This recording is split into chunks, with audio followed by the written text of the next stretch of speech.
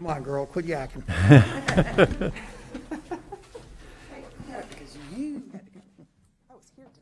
Good evening, everyone, and welcome to this evening's council meeting. If you'll please stand for the invocation and the Pledge of Allegiance. We gather together here today intent on doing good work. We seek to represent fairly and well those who have given us this task. May our efforts be blessed with insight, guided by understanding and wisdom. We seek to serve with respect for all. May our personal faiths give us strength to act honestly and well in all matters before us. Amen. Pledge allegiance to the flag of the United States of America and to the republic for which it stands, one nation, under God, indivisible, with liberty and justice for all.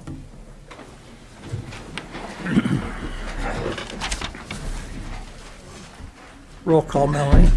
Mrs. Lingo. Here. Mrs. Moody. Here. Mr. Parsons. Here. Mr. Redding. Here. Mrs. Dosa. Here. Mr. George. Here. Ms. Sheets. Here. Okay, wonderful. Everybody is here and accounted for. You have before you the minutes. I'm in your packet from the public hearing and also from our council meeting. Does anybody have any corrections or alterations they need to correct? I want to just include somewhere, probably in the resolution section, that I personally and as a council, we requested for the chief to be here today. The resolutions about opposing the renewal of the liquor license for 3 of the bars in town kind of came as a surprise a little bit to me at least, so we wanted to request that the chief be here today to speak more on that. Where you put it? I wanted that to be included in the minutes. It was in there somewhere that they would be informed.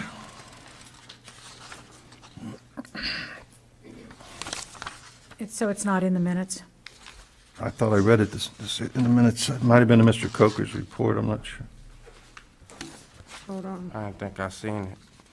I thought I read it too. Hang on. I thought so too. Hold on. You're right, it was mentioned. Yeah, I remember being mentioned. Yeah.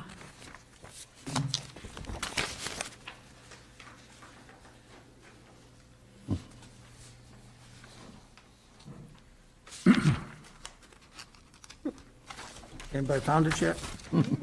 Yeah, but wait, If I'm it- adding it. yeah, okay.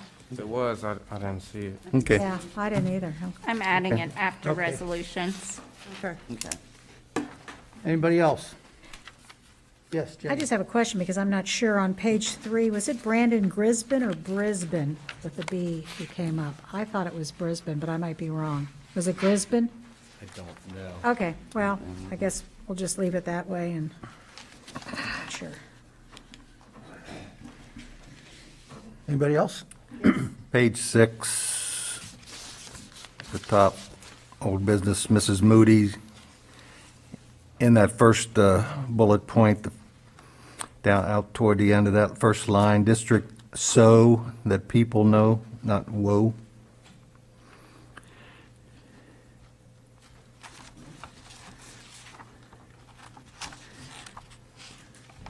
And then in the very last bullet point, second line, it should, we as a city think this is important.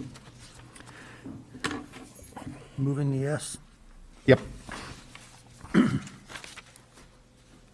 Yes. Same area, but it's second bullet point, residents of the businesses. I think that should be plural, of Hamilton Avenue can park. It really probably should say business district, because they're really not residents of the businesses, they're residents of the business district. They live in the business district. That's what I'm thinking. Adding district? Okay. And I have, Yes, Denise? under Karen Arnett's report, she had pointed out on the second line towards the end, where it says oak trees could add up to 20,000 to the property value.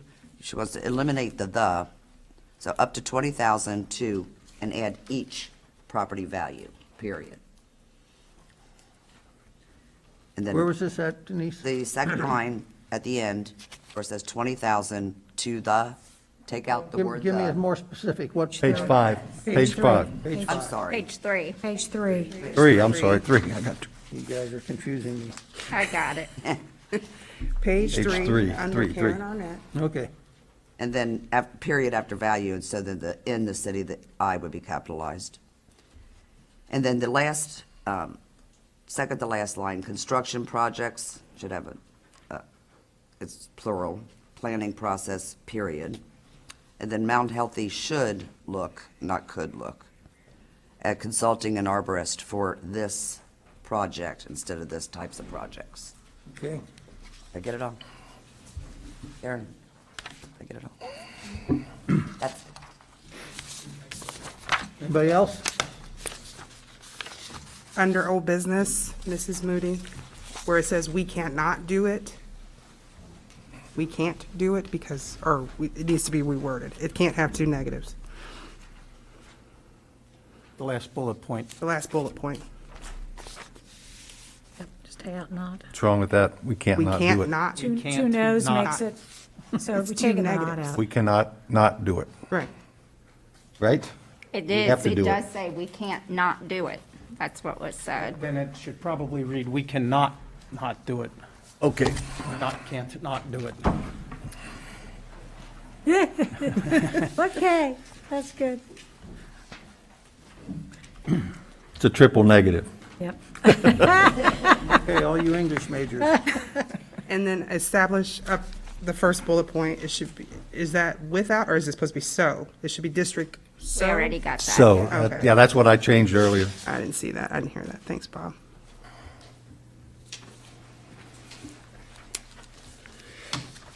That is it. Okay. Council, I'm asked for a motion to adopt as corrected. I make a motion to adopt the minutes as corrected. A second. Go ahead. Okay, Mr. Parsons has made a motion to adopt. Mr. Redding has seconded the motion. All those in favor, please signify by saying aye. Aye. Opposed? Motion is carried. Correspondence, I have none. Does anybody have any correspondence to the city? Guest and special events. Yes, Mr. I just had Croker. one thing, maybe, I don't, this is something, there, in the packet, there was a resolution put in there for, for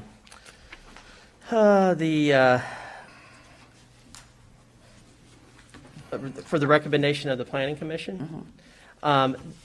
That was only supposed to be the resolution from the planning commission, not actually the resolution for council to hear tonight, because we're going to have the public hearing at the next meeting and then do a first reading. So I talked to Scott today, and he just said, if we could make a motion to amend the agenda and remove that, we don't want to table it because we're going to hear it next week. So just so in the record, if we could just put a motion to amend the agenda and remove, what is that ordinance? 1165. Yep, Yeah. 21-165. Do that when we get to the course, or to the Okay. resolution and ordinances. Okay. Do you want, do we have any guests? No. Public input. Session of council where we invite everybody to come up and say a few words to council. We have a pretty good crowd here tonight, so if you'll please try to keep it relatively brief. And who would like to come up first? Yes, come on up.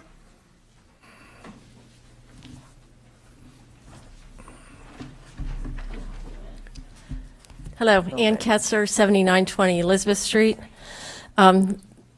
I submitted something for your packet, but got your, just today, which is another petition from the people on North Elizabeth Street.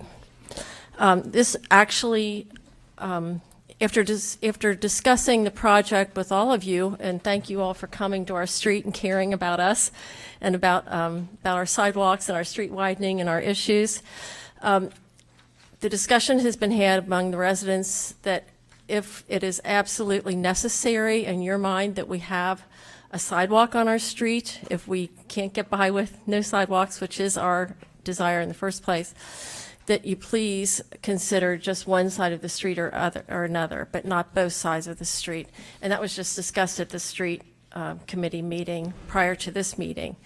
The question was asked which side of the street the sidewalk should be on, and that's not a discussion I had with the residents. As many residents as we had, it would be divided. If you want me to go and solicit everybody for their opinion, I can do that, but I think it remains to be seen based on how many trees might be lost with the addition of sidewalks to one side or the other. And as far as I know, there's been no professional assessment by an arborist about what kind of tree loss we're going to experience with the street widening alone, much less if a sidewalk is added. So we value our green space. I reiterated my points on number 4 on your page about how many residents are there on the east side and on the west side and how many are on the private lane. No one on the private lane wants sidewalks leading to their private lane. And you have the number of residents and property owners on each side of the street. I'm not going to go through that again. That was before. We've talked about that before. All residents value the peace and privacy of our street, as you know, after talking to us and visiting us. Sidewalks where there is little or no foot traffic seem to be a waste of taxpayer money in our minds. We don't anticipate a lot of foot traffic coming, even with the farm, where there is some foot traffic, but they go right down the middle of the street or through the yards, and they're not likely to walk on the opposite side of the street from the farm. But the streets on the houses on the east side of the street actually have more frontage in their yards, and the sidewalks might be less of an insult. But again, we don't know about the tree loss that's going to be incurred. And we are very grateful for your diligence, your due diligence, coming to our street and visiting and looking at the problem yourself.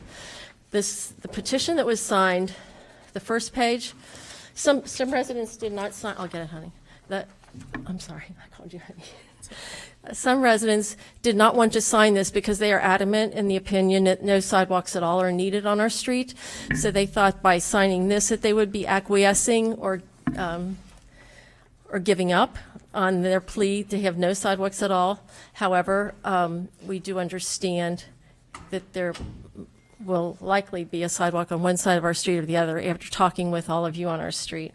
This, again, the second page, the ones on the first page are property owners on our street who have signed pleading with you to consider one side of the street or another. And again, we did not have a discussion which side of the street.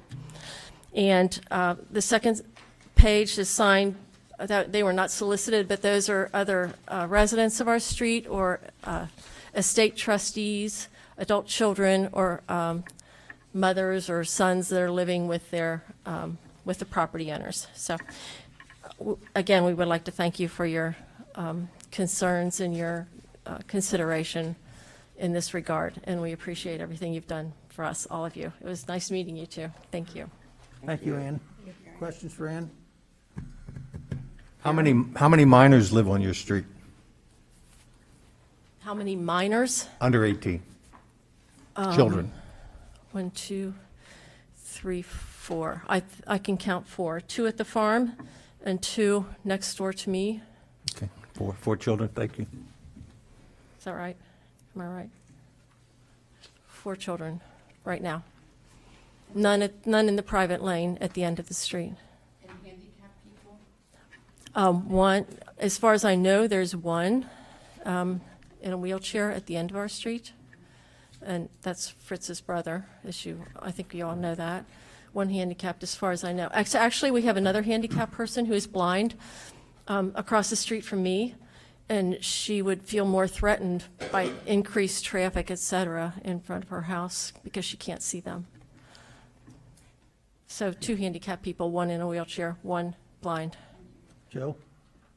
Where's the bus stop that kids would get picked up to go to school at? At the corner of Adams and Elizabeth Street. Specifically, which corner? I think they get picked up going to school on the northeast corner, and I think they get dropped off on the southwest corner. Is that correct? correct. Okay, Mayor knows that because they're his children. okay.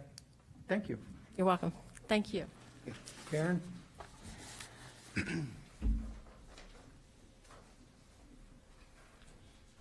Hi, good evening. Karen Arnett, 7373 Hickman. I guess I just wanted to put in another encouragement that you all hire an arborist to consult with. I sat in on the streets meeting, and it sounds like there are some decisions that need to be made about which side of the street the sidewalk would be on, and I did hear a discussion about mentions about traffic studies being done for various concerns, not specifically Elizabeth, but it kind of occurred to me that you see it as valuable to hire an expert to do traffic studies before you make decisions, and I would highly encourage you to consider hiring an expert when it comes to making decisions that might affect the trees, since, well, first of all, red oak trees, as Ann mentioned, or maybe it was from last time's minutes, these trees can contribute up to 10% property value to the resale value of a house. And they can live 150, 200 years. They're probably about 60 years old. And it would be a shame to make decisions kind of blind or just making assumptions without expertise to help inform your decisions about which side of the road. Also, I know that the plan had included a wide tree lawn, according to when I walked with the residents and the engineer. And my suggestion is maybe get rid of the tree lawn or minimize it because the front yards are so large. So in addition, I think I've heard that construction might be happening in July. So that's absolutely the most stressful time of year for construction stress on trees. So there's a lot of issues coming into play, and an arborist might be able to help you make decisions where there is room for decision making. For example, which side is the sidewalk going to be on? How can you protect the trees, to minimize the impact on them of the construction stress and that kind of thing. So I really encourage you to maybe incorporate that cost and do some consultation. Thank you. Thank you, Karen. Anybody else like to address council in regards to North Elizabeth Street? Okay, who else would like to address council tonight? Come up, give us your name and address, please.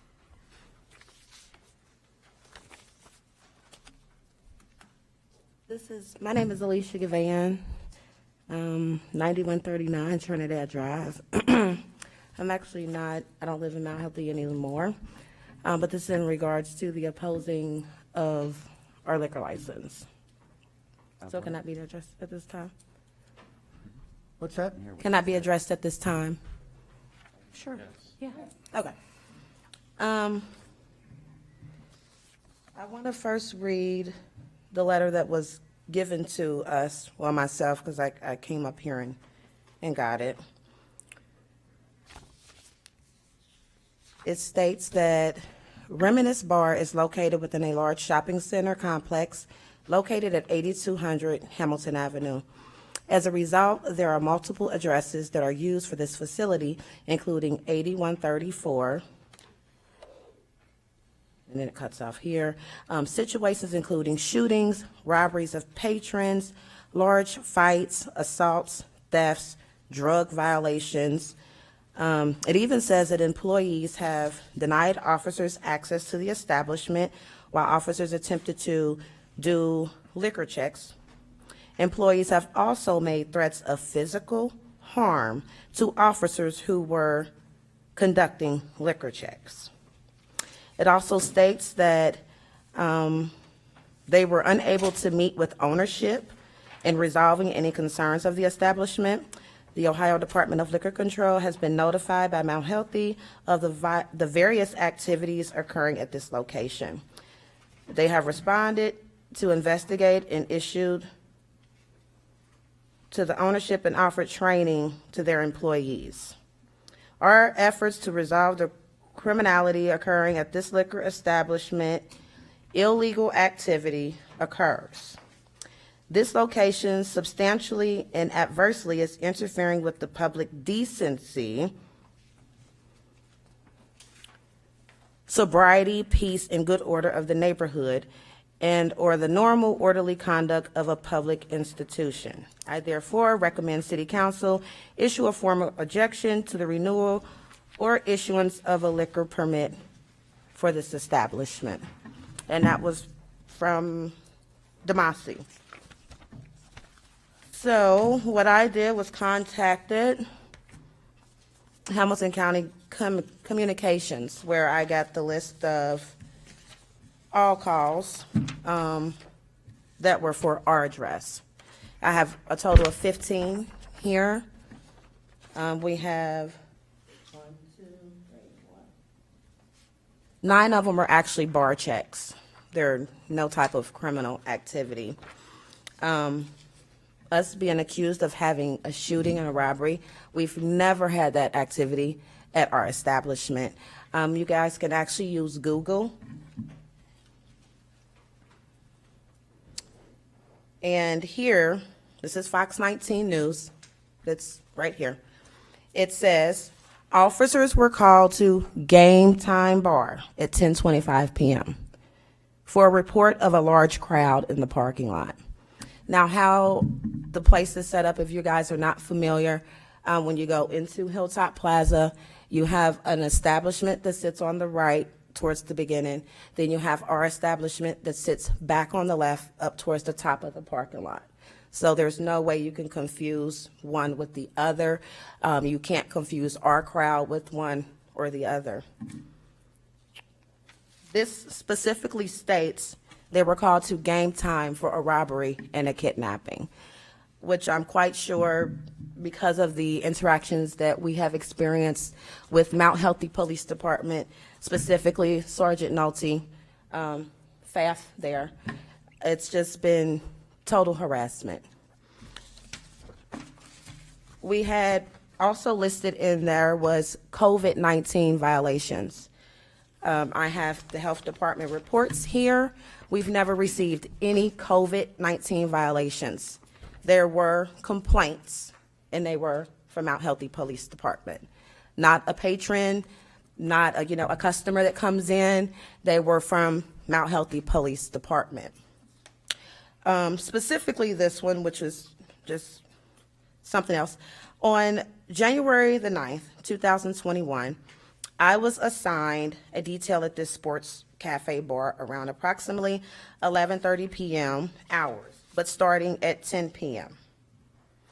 I observed multiple people still inside of this sports cafe bar doing unknown what, and it did not appear as if they were going to leave at any point. There was no persons wearing masks that was observed. I did not enter the sports cafe bar at all during this time of the event. So to make an accusation that our customers were not wearing masks, it's like, if you didn't step inside of the bar, how could you possibly say such a thing? Same thing here. Sergeant Fath called the above business, hosted a private party in a rental space adjacent to the bar. I don't know what he means by that. The crowd was large and social distancing was not adhered. Again, he did not enter the bar. Here's the last one from Mount Healthy Police Department. Observed were multiple people inside of the establishment that were standing within close proximity without face coverings.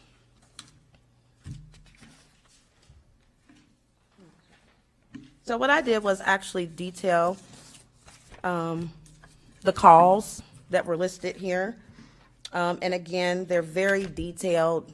Bar checks, said something about shooting. We've never had any shooting, and it's not in their reports from Hamilton County.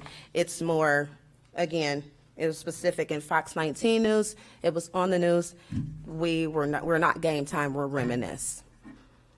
Now, what I would like to do is read an email from one of our patrons and her name is Diane Toll. She actually works for North College Hill Police Department. She frequents our bar at least once a week and has been for a very long time. And she would like for me to read this email that she sent on our behalf as well. It says, I would like to share to whom it may concerns. I like to share my experience with you when I've patronized Reminisce in the Hilltop Plaza on Hamilton Avenue. This is the only bar I will frequent. It did frequent from March of 2020, onset of COVID-19, through now. The reason being that I've never feared for my safety. There's always 1 or 2 people at each door, security, 1 male, 1 female, searching and patting patrons down before allowing entry. If a patron didn't have a mask, they were refused entry. If a patron was not consuming a beverage, they were asked to wear a mask. There has never been a security incident or issue any time that I've been there. I frequent at least once a week. I'm usually there for several hours each time. On several occasions, I've witnessed Mount Healthy police officers entering Reminisce to walk through and enforce the mask mandate, and not all of the officers were wearing masks themselves, nor were they wearing identification that could easily be seen. The irony of that is that I didn't see them enter the bar across the parking lot, which I believe is game time, any other time that I witnessed them coming inside Reminisce. Yes, I actually followed the officers out the front door and watched them enter their vehicles and promptly leave the parking lot of Hilltop Plaza, and security personnel also confirmed they didn't enter game time before either.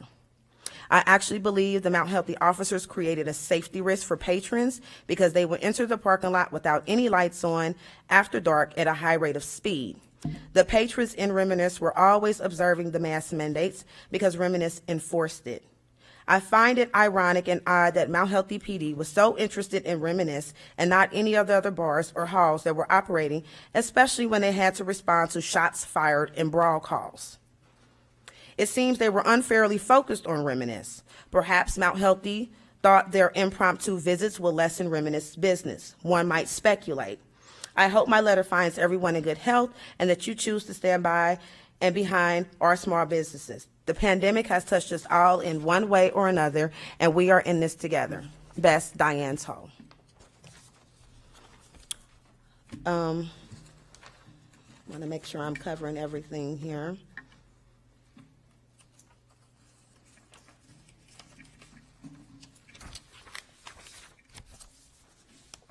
Okay. Now, I've covered for the most part. We're also being accused of having suspicious activity. I really wish I could elaborate a lot further with that. I don't really know what Chief Damasi means about suspicious activity. We do allow people to smoke cigarettes outside, so I don't know if them standing outside smoking cigarettes is suspicious. I'm just not quite sure. They also accused of us having wanted individuals in our bar. Considering we're not law enforcement, we can't run people's names through some type of system to check to see if they're wanted. I mean, I'm quite sure maybe wanted individuals go into McDonald's and frequent Kroger's or any other place because we're not law enforcement. There's something that we just can't do and keep up with. And I fail to understand if this was a wanted individual and an officer knew that this was a wanted individual, why wouldn't you come in and arrest this person if they're wanted? That's, one of the it's just odd. It's just really odd and just strange. So that's really about all I really have to say. It's to us, it's more harassment at this point. I've actually made a call out to the mayor as well. I spoke to Bill here several times about the treatment that we've been getting from Mount Healthy Police Department, and they've done absolutely nothing about it. I've even made a couple of complaints here to Damasi in regards to Fath and himself, as well as Sergeant Nolte, with the harassment. It's a constant harassment. I get that there are a lot of things going on around the city with a lot of bar shootings and things like that, but our establishment is just not that. It's more of a family-oriented business. We have a lot of family that more frequents our bar. As you say, as you heard in one of the complaints, a private party. So for the most part, during the week, we're not even open, Tuesday through Thursday. Tuesday, Wednesday, and Thursday, we're closed. On Fridays, we do have what we call an artist showcase that is ran by, his name is David Kevorkian, and it's actually a mixed crowd, white and black, rock and roll, R&B, jazz, they're just performing on our stage. So I just wanted to definitely address those concerns, because objecting our liquor license is basically kind of applauding them for harassing us. We have been very, very adamant about following the guidelines. I am a nurse. We also have another nurse that's in the building here who we take COVID as well as any other airborne disease, very seriously. We've also had something set up to where we had temperature checks at our door. Those logs were also given to the health department, and they were very satisfied with how we handled and conducted our business through the pandemic. So that's really all I have to say about that. Thank you for coming up. Question, on your list that you had run through the communications center, Yes, ma'am. how many did you have on that list? There was 15. And what were the dates that you had them run that on? I mean, The time frame. yeah, the time frame. That was 2020 up until now. So 01, 01, or 12? Let me find that here. I'm sorry.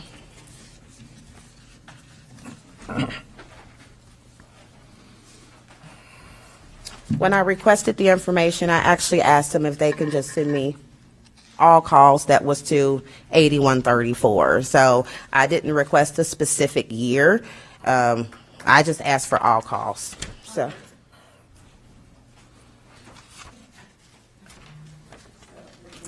It looks like it was from January 2020 until now. 5/5/2021. Thank you. Yes, ma'am.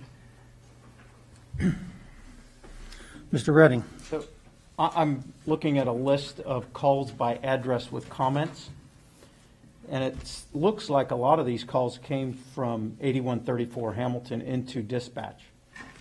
So, so the police were obviously called there. It was not an initiative on their own, and I'm reading one here dated 10/4 of 2020. Now this is, so I am a little bit confused about 8134, if that is the right address. Yes, 8134 is the right address. I don't know where they get 8200. You'll have so many calls with 8200 because that's the actual address of the plaza. So the items that I am looking at are all 8134 Hamilton Avenue. And what date was that? Because I have 1024 and 104 on my, 12/31 of 2020, 1/1 of 2020, 1/1 of 2021, 1/9 of 2021. If I'm reading this right, let's see, 1/17 of 2020, 1/24 of 2020, 1 of 2020. I have all that as well. 1/1/2020, 1/17/2020. They came in again this past New Year's. They actually came in twice within 50 minutes for bar checks. Absolutely. I have that on video as well because I thought it was quite strange that you would come to do a bar check when you just came 50 minutes ago. So that was just quite strange that you did 2 bar checks within 50 minutes on New Year's. And again, I have video to show how our guests and our customers, they were seated and had masks on if they weren't drinking. And I mean,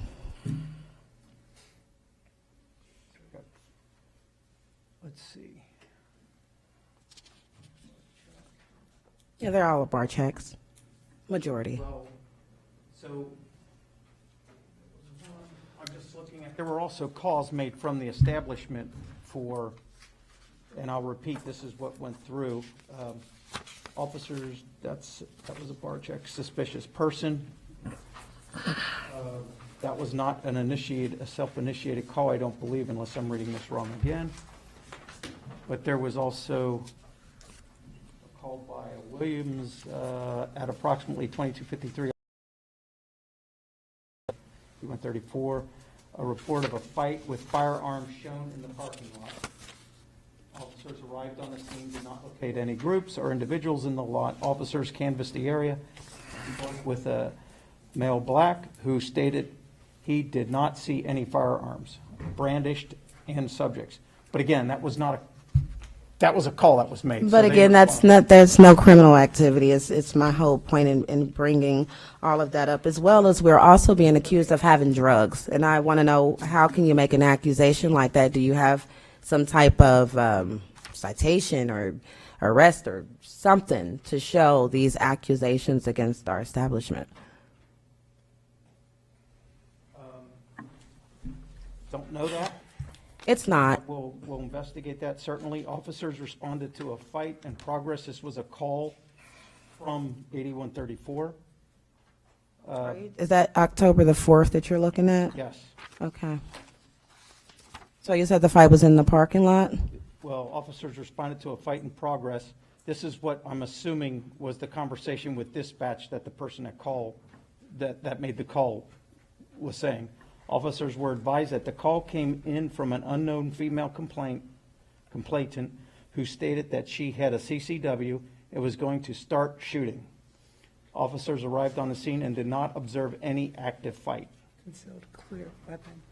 Yep. Officers Yeah. spoke with the bar staff who stated that a group of females were, so some of these are definitely calls, to the bar. I don't know if you guys, I mean, at the end of the day, there's no criminal activity. The accusations that's being brought against our bar is not true. There's never been any shootings at 8134. There's never been any kidnappings at 8134. There's never been any robberies at 8134.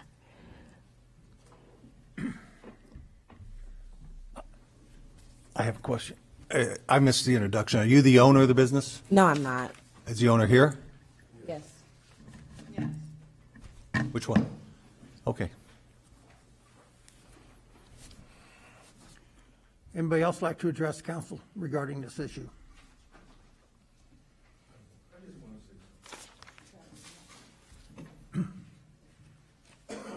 I just want, We need your name and address, my name is please. Palmo L. Simmons Jr. What was that again? Palmo L. Simmons Jr. 9139 Trinidad Drive. Okay, there, go ahead. I just want, with all this, I just don't want what I'm concerned about is the image that's being projected. And as she said, this is like a family type business, and what we're trying to do is, we spent a lot of money trying to upgrade this place.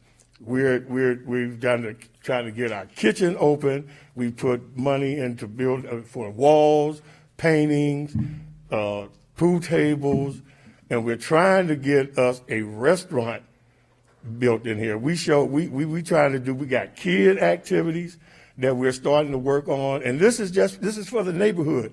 We're not trying to sit up here and have somebody take our image and just smear it before we get started. There's a lot of things that we're trying to do, and all the accusations of criminal activities and drugs, and it's totally not true.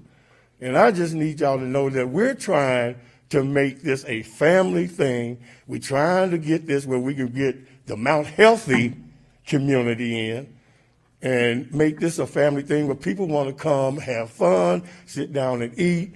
We're trying to get like I said, we're trying to get our kitchen open so that we can get a restaurant going all day long. And I just want to make sure that we're getting a fair shake of this thing, okay? Because making the accusations is not right to me. And that's all I need to say. Okay, thank you. Thank you.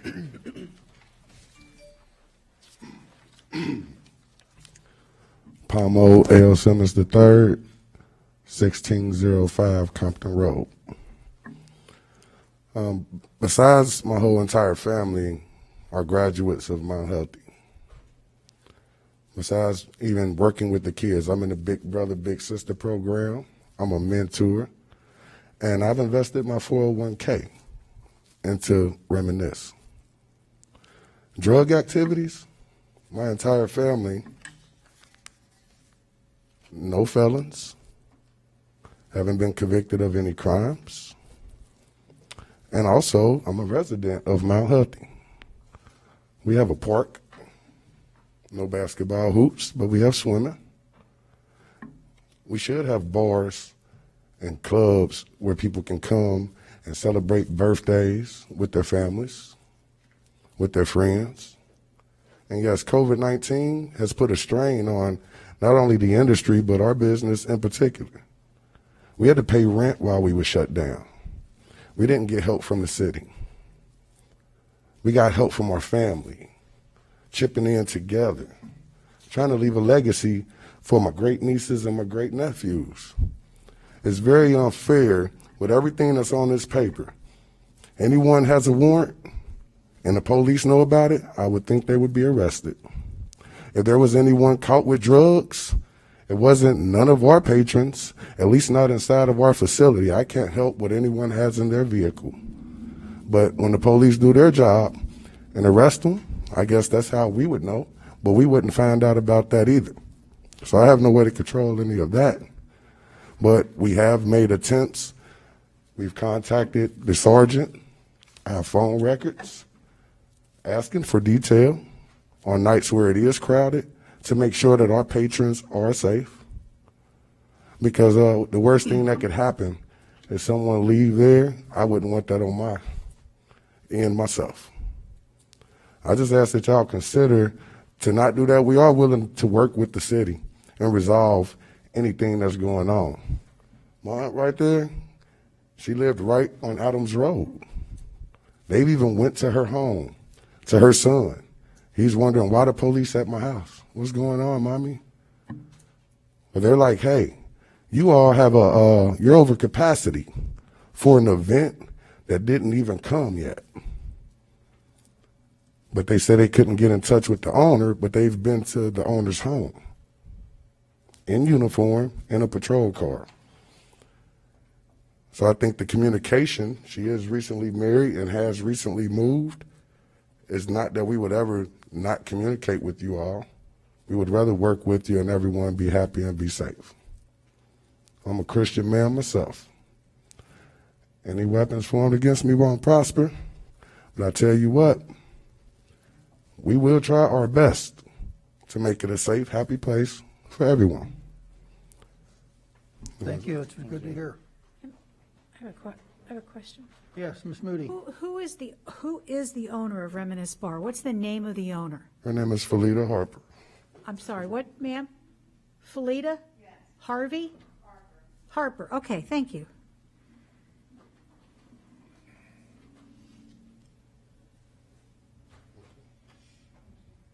Thank you. Anybody else who'd like to address council? Yes.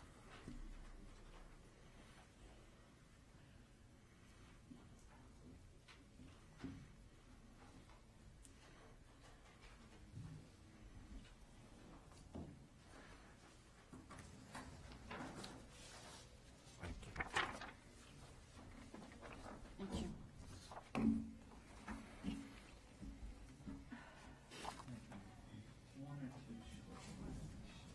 Oh, okay, we can share.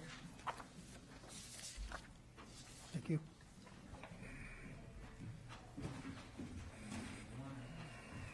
We can.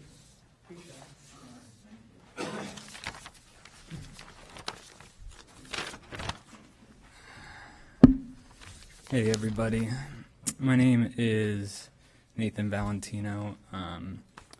The address is 7701 Hamilton Avenue.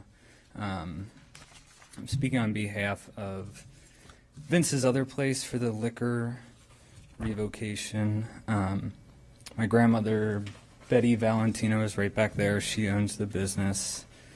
My brother, Chad, he's back there as well. He helps us run the business. I got a similar letter. We were very kind of confused with the timing. We weren't really notified, and it was just handed to an employee. And so now we have a workforce who doesn't know if they'll be losing their jobs after finally getting them back. Our letter claims that we have 52 calls to our establishment since 2018. If you look at the calls, they include a structure fire across and up the street, parking violations, prank calls, runaway children turning themselves into the police, people riding dirt bikes on Hamilton Avenue, something that happened next door to our business, a person with a recent heart transplant who needed cardiac help by the EMTs, 16 police-imposed walkthroughs, car repossession, and other events. I counted about 10 in the 3 years that were legitimate calls to our business. And I'm just unsure how revoking the liquor license would really change a lot of them, because it seems like it's a search by address. So 7701 Hamilton Avenue would essentially still be there, and the cars would still get pulled over, and the building would have still caught on fire. A lot of it still would have happened, whether we have a liquor license or not. Some of the things that were mentioned in the letter, like the drug violations, we haven't had a single drug violation. Suspicious activity, not really sure where that came from. Attempts with ownership have not been successful. We weren't really sure what that was about either. It says we received it states the Ohio State Liquor Board has offered training to our employees, but our employees have already been trained from the Ohio Investigative Unit's ASK program, the Alcohol Server Knowledge Program. This is the Ohio State Liquor Board's program to the Ohio Department of Public Safety that trains employees to safely serve patrons in liquor establishments. As a precautionary measure, they're also trained by a third-party vendor that tips alcohol training course. So to say they've offered training to us doesn't really make sense, because we already have the training that they would offer. The letter also said the Ohio Department of Liquor Control has been notified by Mount Healthy Police of the various activities occurring at this location. They responded and issued citations to ownership. The only citation that we received was dismissed because the liquor board didn't find us in violation of what was being claimed. Recently we bought that building over there. That was a large investment in Mount Healthy, and then did about $35,000 in improvements to that building. And then when that building was hit by a tornado, put another about $200,000 back in it to keep our business here in Mount Healthy. This is all things that our business pays taxes on, permits to your city to do it. It generates revenue for the city. And not just that, but small business is part of the ecosystem within Mount Healthy. I mean, we do business with all the other small businesses like Angelo's Pizza and a restaurant, Brotherton's Family Restaurant, the Little Dutch Bakery, La Rosa's Mount Healthy's franchise, Ohio Insurance Agency, Goody's Food Truck, Steiner's Auto Repair, U.S. Bank Mount Healthy Branch. That's just a couple off the top of my head within Mount Healthy.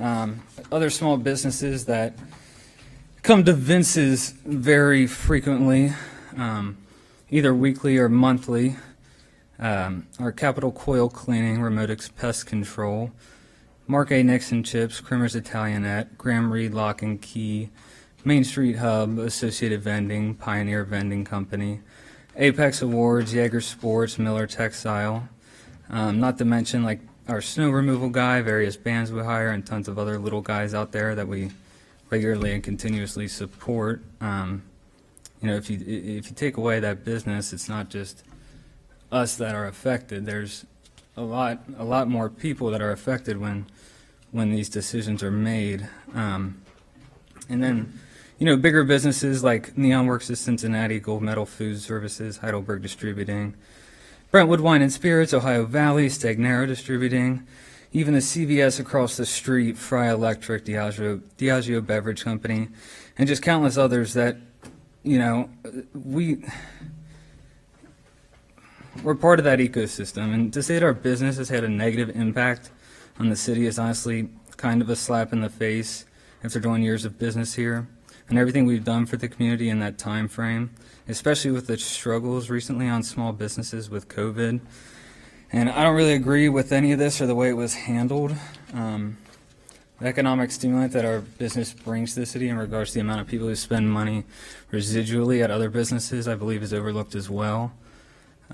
We've always tried to work with healthy police, consented to their walkthroughs, and while at times might have seen eye to eye, we've always had respect for them and helped however we can. And I just don't agree with this, and I don't think this is how you should treat a long-standing business as well as members of the community who do care about the municipality, because, you know, these are real people's livelihoods at jeopardy here, not just ours, but like our employees as well. And I just don't agree with the whole situation or how it was handled. Can I ask you a question? Yeah, Ms. Moody. Okay, I apologize, I did not ask the owner of Reminisce this, because I really didn't know who the owner was. At first, I couldn't, but I realized your connection here. At any time through this, up until the time that you were served this notice, have you sat down with the police department to work through some of the issues, to come up with some plans, or to discuss some of the concerns they've had? I believe my grandmother Betty sat down with Chief DeMasi when he first came in as chief and spoke with him, and I have spoke with Sergeant Nolte probably back in 2016, I would say. So there's no communication with meeting with, I don't know, I'm trying to wrap my mind around all this. Okay, thank you. Anybody else have any questions? I just want to elaborate with what she said. I've actually came to the station a couple of times, you know, to speak with Demasi, and he will just brush me off, or he's unavailable. So, there's been a couple times, and it's just more of the constant harassment with staff and Nolte, and I've reached out and even made complaints, so. Okay, thank you. Vince, anything else? Anybody else like to address council? Hello, my name is J.L. Abernathy. I'm the owner of Take a Shot Bar, Pool Hall, 1357 Compton. First, I want to say I spoke with the chief yesterday, and we had a very positive conversation and found out that we agree with, we don't want any of these things to go on that myself and other bar owners are having to take responsibility of. Like the man said, if it's a wanted individual or if it's some criminal activity going on, why isn't it being handled by the police? But like I said, I spoke with the chief. He told me some things I can do to help the situation. I'm working on making those things happen. I don't want to say anything bad about anybody, but I do want to say that some of the letters I've heard read up here were very similar to the letter that I received. So I'm sitting here shaking my head wondering, are all the same things going on at the same places? It was described exactly the same way. Wanted individuals, shootings, robberies, assaults, word for word, suspicious activity. I was sitting here like, well, maybe it's routine. Maybe it's just that time of year. Is that what goes on? I don't know. I'm glad to know that I'm not being singled out like the chief told me. We check on all bars. Sometimes we check on them frequently because I felt singled out or harassed. But after I spoke with the chief and we came to an agreement that we both feel the same way, even though he's a member of the law enforcement and I'm just a businessman trying to take care of my family. Like you said, everybody's trying to pay their bills, contribute to the city, and just live their life in peace. We don't want any of these things to happen. I understand what each individual was saying about their business. We don't want these things to go on. We want to work with Mount Healthy, help the situation, and just get on with our lives. Any questions? Guess not. Thank you, Mr. Abernathy. Thank you. I have one quick question. Does Ayanna Carson still work for your establishment? No, she doesn't. Thank you. Is that it? Yeah, thank you. Anybody else like to address council?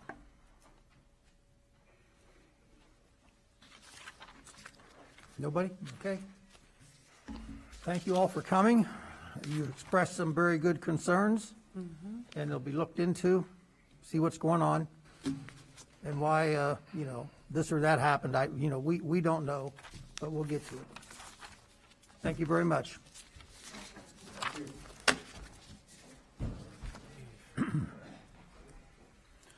We'll pause just a moment for crowd control.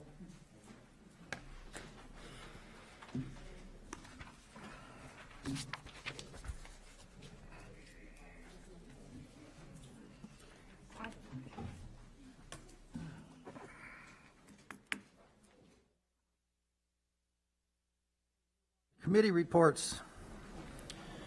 Business Partnership, Beautification, Jenny Moody.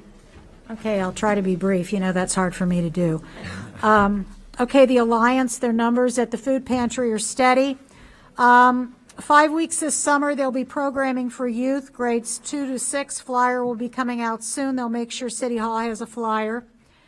And then the business meeting. Wait a minute here. They talked about, at the business meeting, the Memorial Day Parade. The Legion will have, I presume it's at 2 o'clock. There'll be the flag raising at Arlington. There'll also be the Monday noon flag raising at Paul Young. 3rd of July, Historical Society is having the ice cream social. The Business Association will have a pop and water booth. They would appreciate volunteers helping them. Historical Societies canceled their yard sale because of cicadas. They're afraid too many cicadas are going to be on the things they're trying to sell, I guess. Plant Swap at Fibonacci will still go on Saturday, the 5th from 11 to 1. June 5th. What did I say? I'm trying to go quickly and I'm messing up. June 5th. Farmers Market went very well. They accept SNAP and produce perks. June 22nd through July 22nd, there'll be a summer food distribution at the schools again. They're partnering with Farmers to Families. The week of July 4th, there will not be food distribution. And Dwight Moody is getting the ballot of officers and board members together. That's the end of Business Partnership and Alliance. I just wanted to mention one thing. The Memorial Day Parade, this is the first, remember, I think you recall back in, I think it was last August, we'd made some modifications to parades, events, and different things like that. So it's been a struggle, and they've been working with us, but, they're the first ones going through this. We've reminded them, we've sent the application to them. They're working on getting their liability insurance pulled and things like that. So it's kind of that first go-around type thing. I got an email today that said that they should have the information, the liability information for us, and then we'll get the permit to the police department. The parade at 2 o'clock? From what I gather, yes. 2 o'clock. Yeah. Okay, on We walk beautification. in it or wheelchair in it, or what are we doing? Not me. Okay, beautification up next. You want me to do beautification Sure, real quick? yes. Okay. And while Mary Gehrman and I were planting flowers today in the pots here at City Hall, somebody from the Legion did come up and talk to Public Works about this, kind of the struggles and the hoops they have to jump through for the parade. So I did kind of hear that tail end of that conversation. Did we tell them that council passed that ordinance and that you need to talk to them? No. Oh, I didn't go to that. I was busy planting flowers, and so some of, Michigan shirt on, I heard. yeah, some of the pots are all, yeah, right. I wasn't going to talk to Bill because I had a University of Michigan sweatshirt on today. We got all the pots planted that were out. Some of them have already been distributed. We've got more pots than we have locations right now, but that's okay because we're trying to strategically plant, put these out. And I had a wonderful email from a person who owns a business on Hamilton Avenue that their business has been struggling, and she talked to Janet Curley and asked if she could have a pot in front of her place. And normally they hadn't had one there because they're not open a whole lot. So of course we delivered one to them today, and she sent me a text saying how it just brightened their day to have that pot sit in front of their business because they've been kind of struggling, and it really helped their business look nice in front. So that was really nice. Sometimes you plant these and you're like, well, I hope people water them. I hope they appreciate them. And then you get a text like that. And she wasn't a member of the business association. I'm hoping we can get him to be a member. But really, the city's financing all of this. And so I'm hoping then we can get the pots placed in locations where we can get the owners of the businesses out in front to kind of water them this year. So I appreciate all the efforts of Public Works. They're awesome. And we're continuing to place the pots in locations. If anyone has suggestions, we've got some of the pots out now and the plants aren't real big yet, so we need to hope they'll grow, or we might have to put more plants in them. So just want to let you know, Mary Gearman helped me today, and Kim Cremines is helping tomorrow, and we'll have them all done.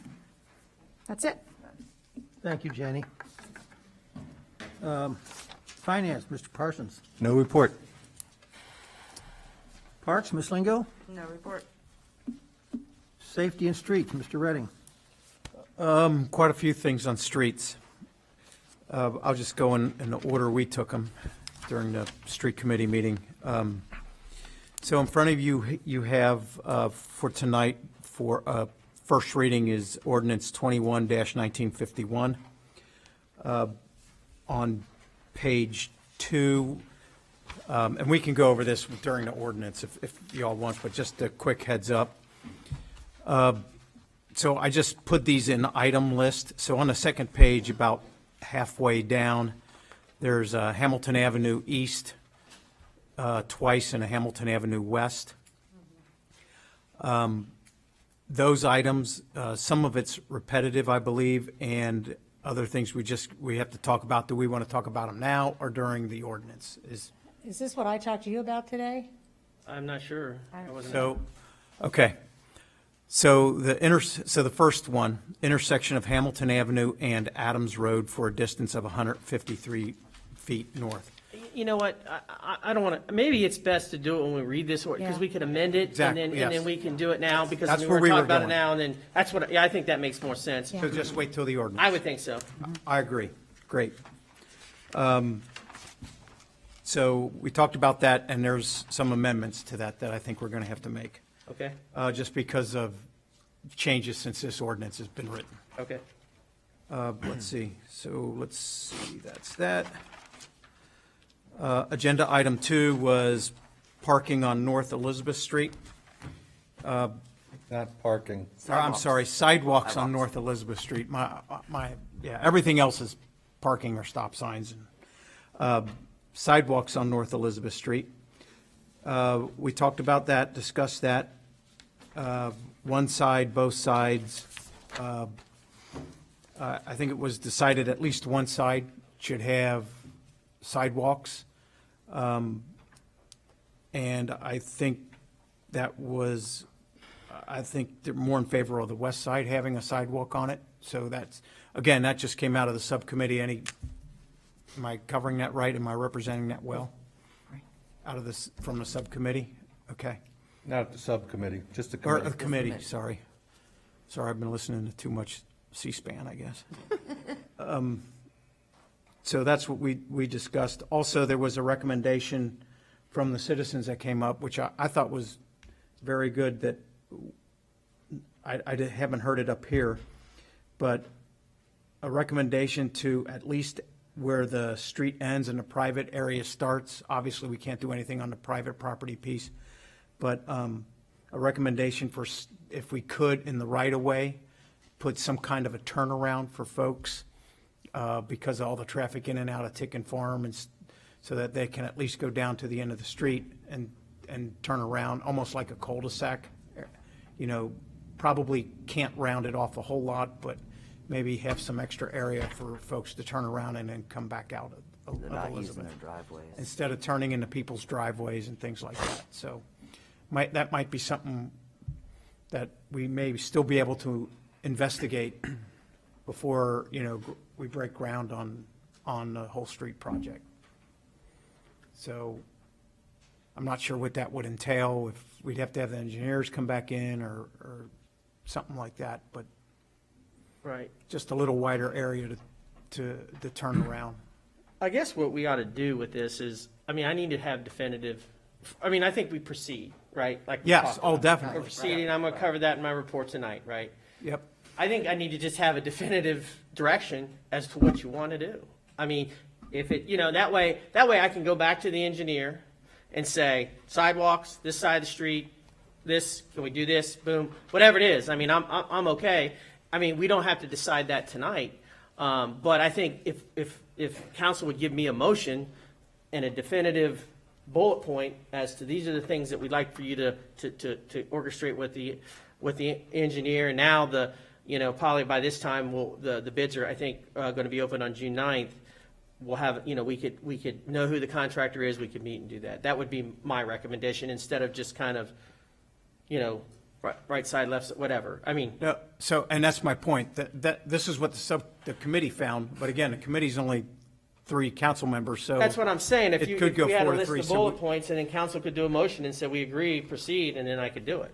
Yes, and that's what I'm going through now. Okay. Or the Because you were bullet looking at points. me like you wanted some feedback. Oh, no, Kept looking- just, so that, no, I was just making sure that you kind of had an understanding of what was being asked. Okay. So. Okay.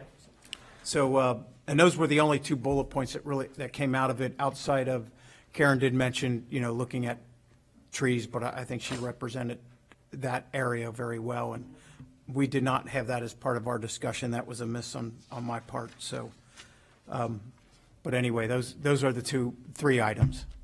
So that, for further discussion during the meeting under old business, new business. Okay, great. And then we also discussed a 4-way stop sign at Stevens and Harrison, or I'm sorry, Stevens and Park. So again, potential for a traffic study there before any decision on a stop sign is made. The only thing that I recall from Stevens Avenue was the bad wreck that happened at Stevens and Warner quite a few years ago now, probably more than a few years ago, where there wasn't a stop sign at Stevens and Warner, but there was a bad accident, and we did not make the decision to put a 4-way stop sign there. So I think that was one of Sylvia Lawson's relatives that, I don't remember, I vaguely remember that happened. So I remember, that was the last big issue around stop signs at on Stevens Avenue. So again, if that would be possible to do a study concerning a stop sign at Maple, or I'm sorry, I'm going to do this again, at Park and Stevens.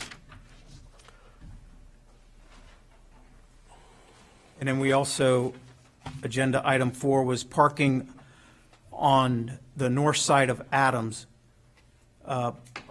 by the intersection of Joseph and Adams. So traffic going from west to east, and you have that crest in the hill, and people cannot see looking west because of the hill and parked cars. It takes away their view of seeing cars traveling west to east, and there's a risk of more accidents there. If we could potentially move that parking back a little bit, or have a larger no parking zone coming up to the intersection. That's the south side. Yes, I apologize. Did I say north? Yeah. South side of of Adams Road. As you're going west to east, coming up to the intersection of Joseph and Adams. I thought we wanted to ask the engineer's opinion of that. Yes, yes, TEC, if they can also, so if they could also look at that, see what their thoughts are. Again, that would be for, just because there isn't enough time to react and there's not enough, I guess, vision to the west of what is coming from west to east. Okay, again, is this a direct, I mean, what are we doing here? Is this is We just would- capping the meeting, or do you want to cover this again under?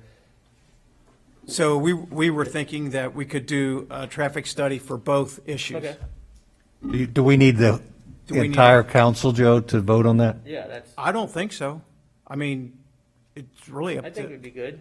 I mean, it's under $25,000, I would think. So Well, no, it's- right, but if 4 people don't, I think it's a good idea. 4 people don't like it, that's fine. Yeah, I mean, I would think you would just, I mean, this is, to authorize me to, we've always usually done it that way, where you authorize me to do engage with TEC for a traffic study for these 2 areas. And it doesn't have to be an ordinance or anything, but, a motion giving me direction is, because it'll probably be, Yes, that's fine. yeah. And then we also, and this is just informational, we also discussed the potential for stop signs that are solar powered and have the LED lights around the perimeter of the stop sign to make them more obvious for folks due to all the complaints we've had about people running stop signs and things like that. So in areas where it's, I guess where there's more violations, if we could potentially look at that in the future. This was just an additional item that was brought up. And then a serious consideration are looking at what the cost would be for those.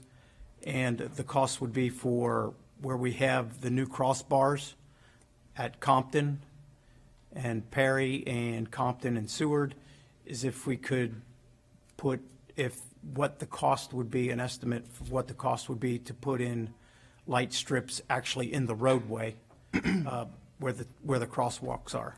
That would also light up when the pedestrian hits the button to cross the street.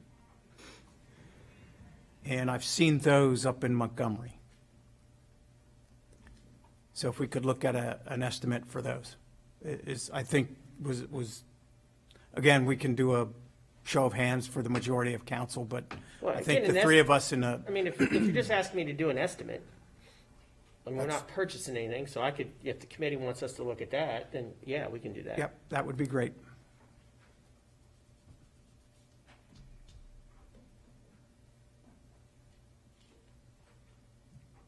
Anything else, Mr. Redding? That is it. Questions for Mr. Redding? Thank you much. Thank you. Schools, Mr. Cordell George. Less than 2 weeks of school left. The last day of school is on June 2nd. Congratulations to Mount Healthy's class of 2021. They just had their graduation this past weekend. Lucky for them, they got to have their graduation at the University of Cincinnati. It's pretty cool. And just want to say thank you to all those who work in education. This was certainly an interesting year. During a pandemic, it wasn't easy. So thank you to all those in the city who work in education. That's all I have.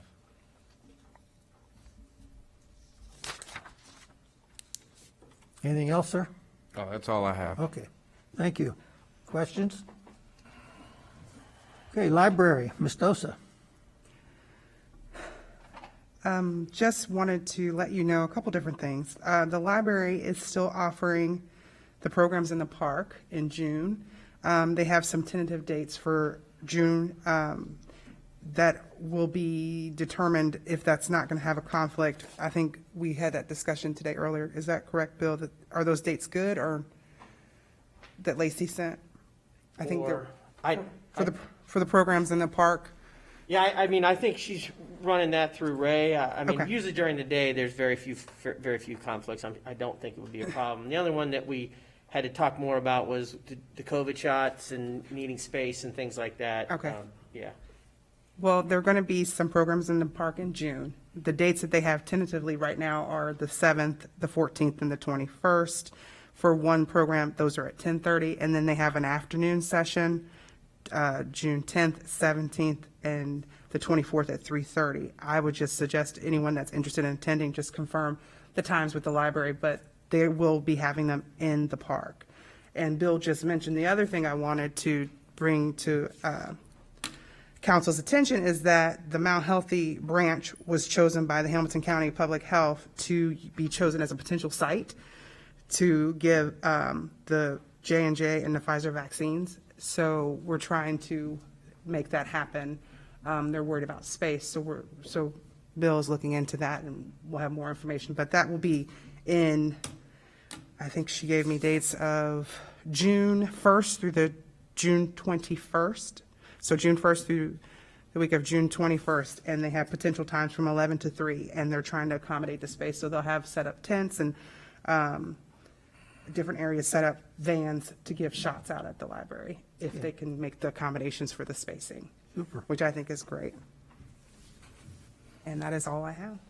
Thank you. Any questions for Ms. Dosa? Urban Tree, Ms. Lingo. No report. We Thrive, Cindy Sheets. We did have a meeting. There were, I believe, 4 of us on the meeting. Tucan Farms reported that they had done 325 crock pot meals. They've served 225 families. They will be having family camps this summer. They expect about 20 families. Trinity Church talked about that they have 30 garden plots, and they're all in use. Half are church members and half are residents. They did about 100 carryout meals, and the Kate's Cabinet Covered. Kate's covered. is very active. The farmers market is the first Sunday of the month from 11 to 2. They had lots of produce. I went. They had 13 booths when I was there. I was there right at 11. So we did talk about the Elizabeth Street and the sidewalks and the thoughts there. And the public health lady who is our facilitator, she talked about maybe one side and was something else that we could do on the other side, and I think we got a letter from her last time. They taught me how to do maps for walking on Google Map. I didn't know how to do all that and to draw maps. So I'm going to try to work on different kind of walking paths for like 1 mile, 2 mile, 3 mile, maybe through the business section, maybe through shade, maybe through funny things. So I haven't gotten started on that, but I'll get that. They did talk about a pop-up vaccinations center going around, and Kim was sending us more information. She also sent out a survey, and I'm sorry, Bill, I forgot to forward that email to you, but there was a survey that they sent out May the 12th that they would like Hamilton County residents to do, and it's a public health one, so the hospital facilities know what is needed. And apparently they do it every 3 years. So, but it has to be done by the end of this month. So there's some urgency. So I think I saw lots of emails of people sending it out to other residents, and I'll send that to you maybe tomorrow. Got it on my to-do list. I'm sorry I forgot after our conversation. That's all. Any questions? Thank you, Cindy. Yes, any questions for Cindy? Okay, Mayor's report, Mr. Wolf. I'm just going to continue on with what Councilmember Sheets mentioned with the mobile vaccines. So some of our community has taken up that offer, which has been great.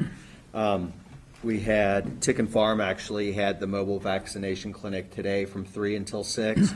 And then Trinity Lutheran is having it this Thursday from 10 until 1, 10 a.m. till 1 p.m. It's free of charge, walk-ups, welcome, no appointments necessary. Any residents can just walk up and get their vaccine. It's Johnson & Johnson, so it's one shot only. And so that is going on Thursday. And then I Talked to Betty at Fibonacci today, and they have filled out their request to get a vaccine clinic up there. And Keisha is working with the library, so we are getting those mobile clinics up here, which is good because we've been a hot spot, so it'd be nice to get as opened up as possible as soon as possible. And then with the Memorial Day Parade, I did speak to Heidi. Yes, it is at 2 again, so line up at the Dairy Bar, 1:30. We are having a little bit of an issue. I'm kind of acting as the go-between the band. The Mallee Band isn't going to be able to participate. They weren't able to participate in graduation either. The problem is about 70-80% of the band students are remote. So they haven't been able to rehearse as a group, which has been a very big issue. And he told me, and I don't know if he was being sarcastic, or Jason McElroy told me that they have like 6 drums and 2 tubas that are meeting in person. So it wouldn't be quite the band. So if anyone has contacts with a band that you know is performing, I know Heidi could use that, or you could shoot it my way and I can forward it to Heidi as well, because I know that is an issue that's going on with this. And we just had graduation without band or choir, so it is a real problem. Especially the ceremony over here as well. They usually do national anthem and a few other things. So that is something we're trying to figure out. And I'll end there, because I know we have a lot to get through tonight. Okay, thank you, Mayor. Questions for the mayor? Okay, city manager's report, Mr. Coker. Thanks, Ross. Follow back up with the traffic. I know we put a sign out on or around May 1st, right? And I know that the signs are, the lights are still there.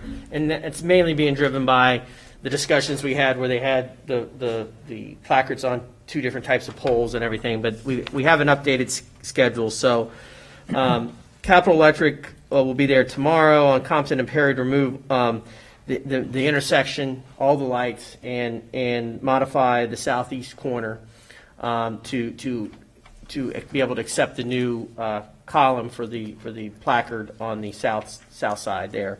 And then a different company comes in and will install the rapid fire beacon the next day. So there'll be a day without the rapid fire beacons, but there'll be the signs and so forth there. What is a rapid fire beacon? It's the triangle that when they push the button, the lights will light up, and it'll be on each side of the street, just at the one intersection.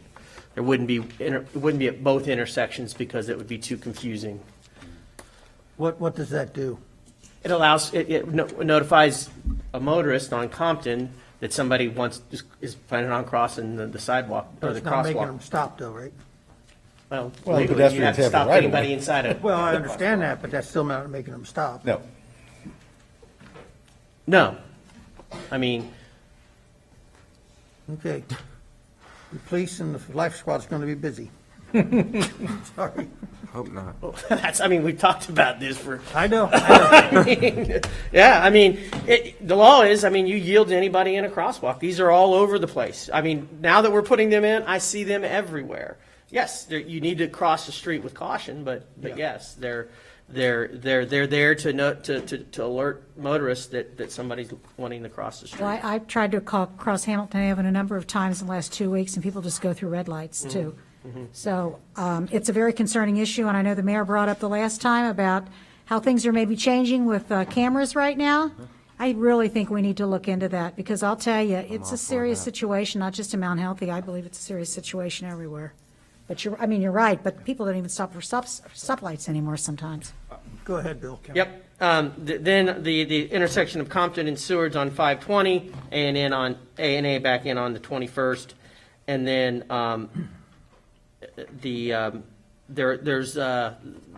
they'll come back in to finish the Warner and Compton after that. So it's coming back around, and we'll start to see those being removed and the stop signs going up.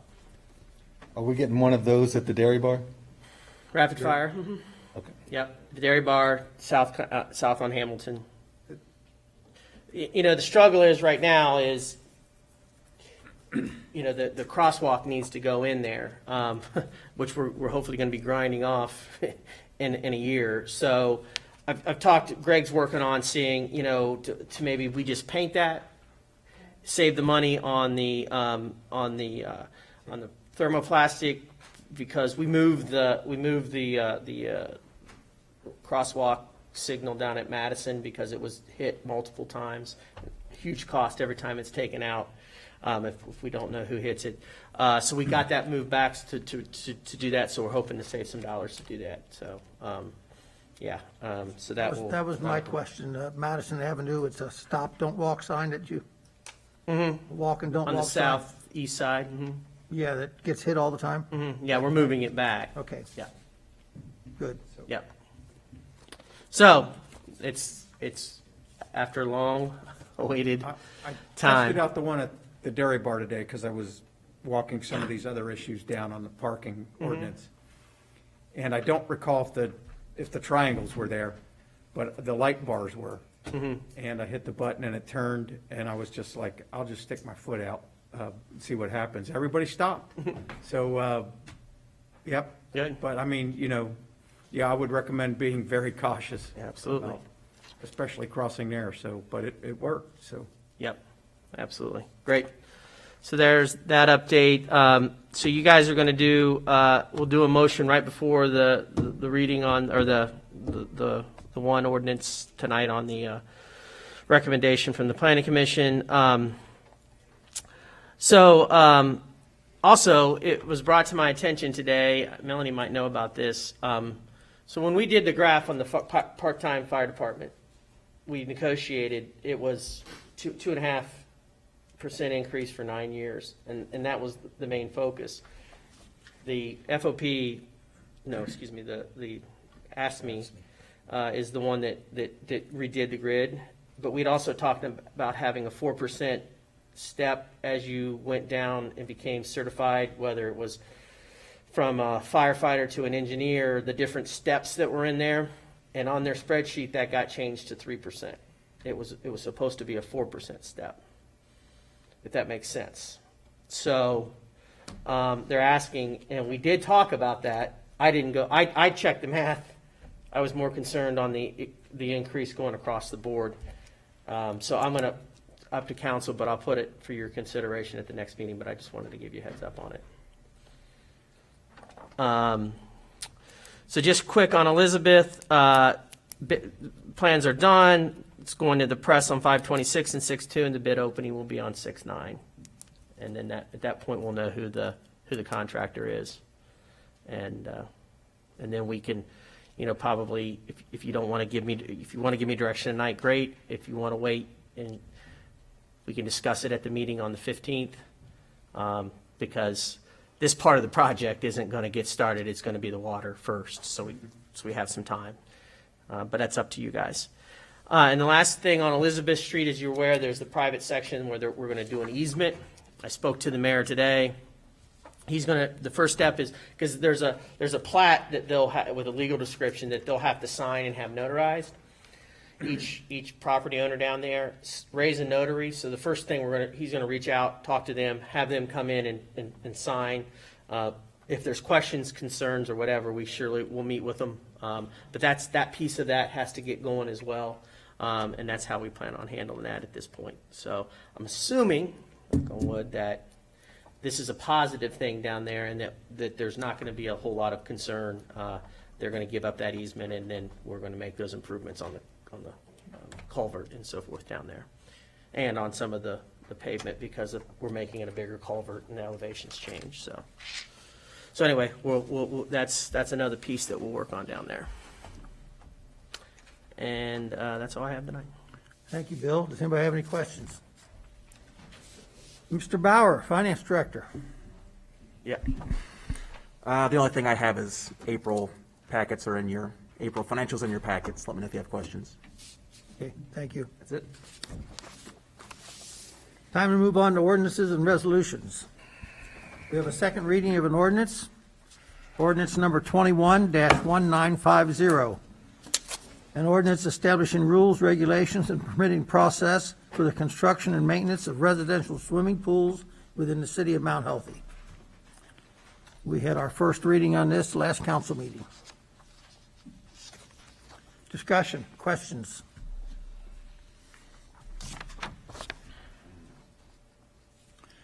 Then what is your wish, council?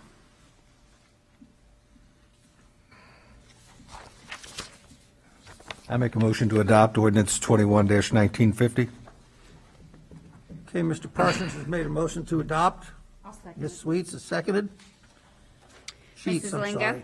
Aye. Mrs. Moody? Aye. Mr. Parsons? Aye. Mr. Redding? Aye. Mrs. Dosa? Aye. Mr. George? Aye. Ms. Sheets? Okay, by a vote of 7-0, ordinance 21-1950 is adopted.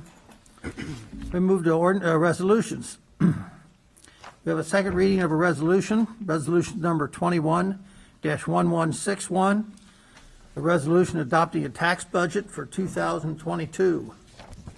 Scott? So again, this is what we submit to the county, and it basically kicks off them budgeting for 2022 for us to get our levy money. So we do this every kind of spring, summertime.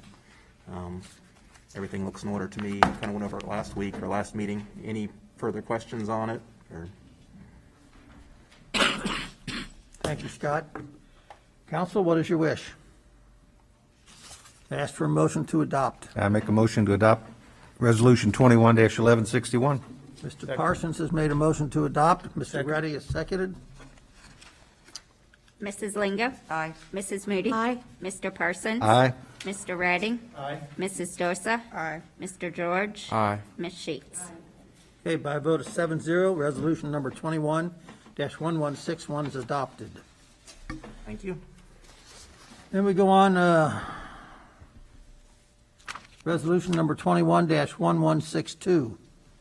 Hey, Ross, excuse me for interrupting. Maybe council had requested it, the chief, Yeah. and come, and maybe this is a good time for them to go up and kind of speak, and we can open it up That's fine. with you guys for questions, and then we can decide what we want to do from there. So Okay. I'll turn it over to Chief Tomasi and Sergeant Bath. Good evening. I was asked to come and kind of explain the liquor objection process and how it works. And I can tell you that it's a little bureaucracy all in and of itself. And they have their own little sets of rules and regulations, as you know. The state issues an individual a liquor permit. It's a permit. It's a privilege. It's not a right by any stretch of the imagination, and they regulate it. And they have a very strict code of rules and regulations and how the maintenance of that permit and the renewal of those permits is contingent upon the fact that the establishments follow their rules and regulations. And then it's incumbent upon the police department through the city council to notify the Ohio Department of Liquor Control, which is actually part of the Department of Commerce, on violations or issues as it pertains to each individual liquor permit that's issued within our corporate limits. So we do maintain issues with 3 of the establishments in our city. What's at Sergeant Fast's feet is the liquor objections that we have put together that we will send, based on your approval, to the state for review. The state will review what material we have, and they'll make a determination on how best to move forward with our issues. Part of their rules and regulations, which is very important for council to keep in mind, is that if we do not file a timely objection, then we lose the ability to bring that forward in the future. So if, for instance, we decide that any one of the 3 establishments that you heard about tonight we want to give a reprieve to, then those issues that occurred within that year are lost as far as arguments to the state. If there are issues, continued issues, which the reason we brought the 3 to you is because we believe there will be continued issues based on a pattern of conduct. Let me just say this real quick. We do not tolerate harassment in any way, shape, or form. I think that's really extremely important. Our officers are under a lot of scrutiny. I'm very proud of the way they conduct themselves, and by and large, they do an exemplary job in their dealings with our various business folks. We have body cameras, we have videos. We'd be more than happy to share those with you. We'll probably be here till tomorrow sometime. If you want us to do that, we're happy to do it. But I would tell you that the vast majority of the dealings that and the complaints that I've reviewed and then forwarded to the city manager for his review indicate that our officers do a very good job under very stressful situations. The reason that I don't like speaking with, for lack of a better way to put it, clerks or bartenders or that sort of stuff, and I focus primarily on the permit holder, is because the permit holder is the only person that can affect any kind of change, and the permit holder is the person that is responsible for the conduct that occurs within inside of the establishment.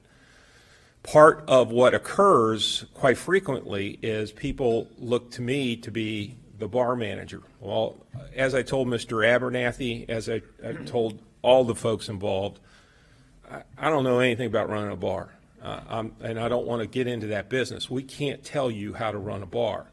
But what we can tell you is when we've been in your establishment, and again, one of the rules that the state has is you're not supposed to have an intoxicated person in a bar. That's a big no-no. And what we expect to occur is if somebody intoxicated comes into a bar, you ask them to leave. If they don't leave, then you call the police, and the police deal with the situation at that point in time.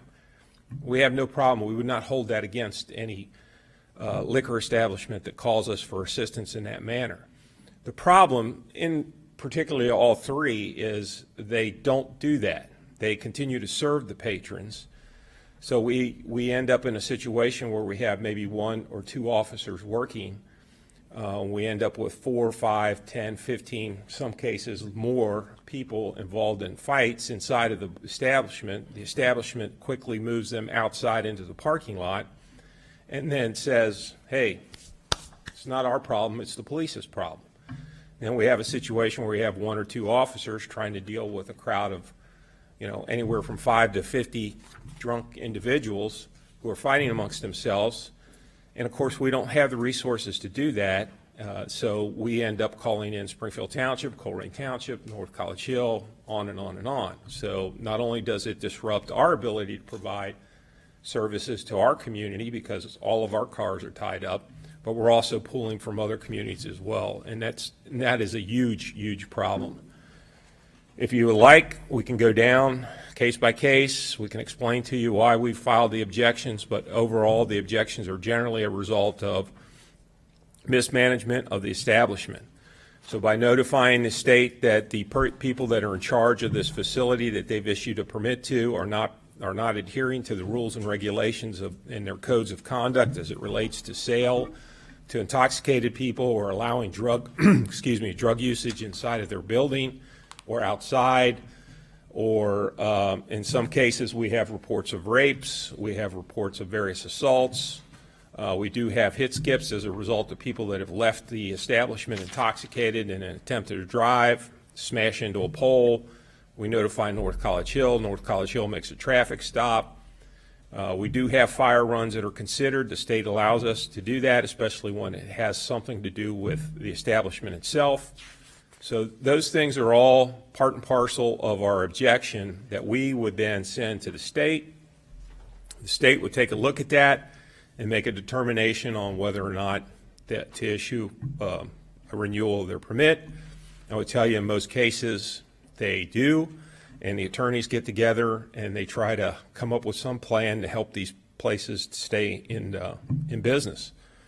The state's not in the business of taking away licenses. The state's in the business of issuing licenses. They obviously make money from that as well.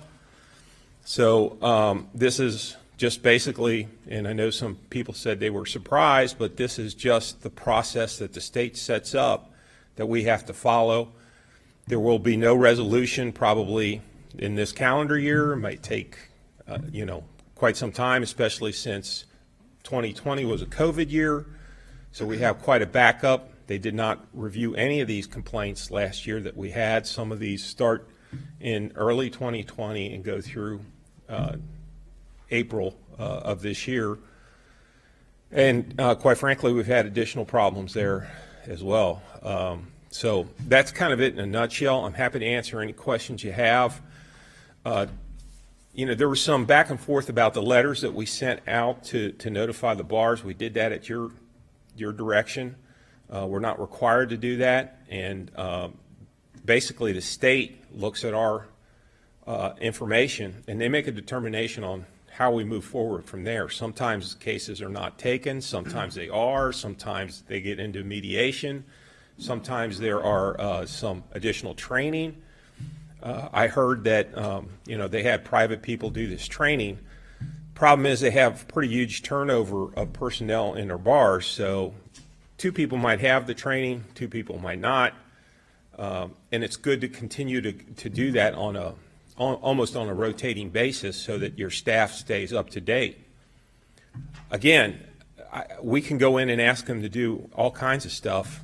They're not under any obligation to listen to anything that we have to say, so the only mechanism that we have to notify the state and the Ohio Department of Liquor Control in particularly that we're having problems is to formally object, and that kind of starts the ball rolling from there. So we're at the beginning of the process. And how long it takes and how much work and effort goes into it, these things can go on for quite some time. So the hope is that at this point, what occurred here tonight will be taken to heart, that we're not messing around. It also speaks to the liability issue from all of us, from myself to each member of the council to the city manager, if somebody does get killed in one of these places, or somebody does get thrown out into the parking lot drunk and gets in their car and kills somebody, the legal aspect that'll come is that you guys knew these places were problematic and you did nothing to stop it or try to correct the aberrant behavior. So from a liability standpoint, I don't want to say I'm tossing the ball to you, but I'm tossing the ball to you guys, and we're telling you, we're having a lot of problems with these places. And we're trying to work with people, although they're under no obligation to do anything that we ask. The other thing that they ask quite a bit, and it's a double-edged sword, is they want police officers to patrol their establishments. I don't think that's a good idea. That's not what a police officer is supposed to do. That's really an issue for their own private security. I don't like having police officers inside of liquor establishments unless they're called in or they come on the radio and say they're going in. Most of the time, most of these liquor checks are done because we're having problems and officers are being notified that there are issues inside of the bar. It's not intended to be harassment. It's what we're supposed to do. So that's it in a nutshell. I'm happy to answer any questions that you have. This is the beginning of the process. How it moves forward from here is really up to you. I would encourage you to support the 3 resolutions with the hope that the state will get involved and that we can get the problems corrected. We're not in the business of shutting down businesses, especially in our community. We love businesses. We want nothing more than to have great restaurants, great bars. One look at me and tell you that I've spent a lot of time in restaurant and bars over my life, and I love the mix that we have in our community. Whether it's Fibonacci's or Brotherton's or whatever, that's what makes us uniquely Mount Healthy, and we want that to thrive. But we cannot allow establishments to run amok. Can't have drug sales. We can't have people being robbed and beat up after they leave the establishment. We can't get reports of rapes. We can't get reports of large fights, especially when we only have 1 or 2 officers working. And again, just to say it again, and anytime we go into these situations, they're extremely volatile. And I can't tell you how impressed I am with our officers and the way they conduct themselves and the courtesies they try to extend.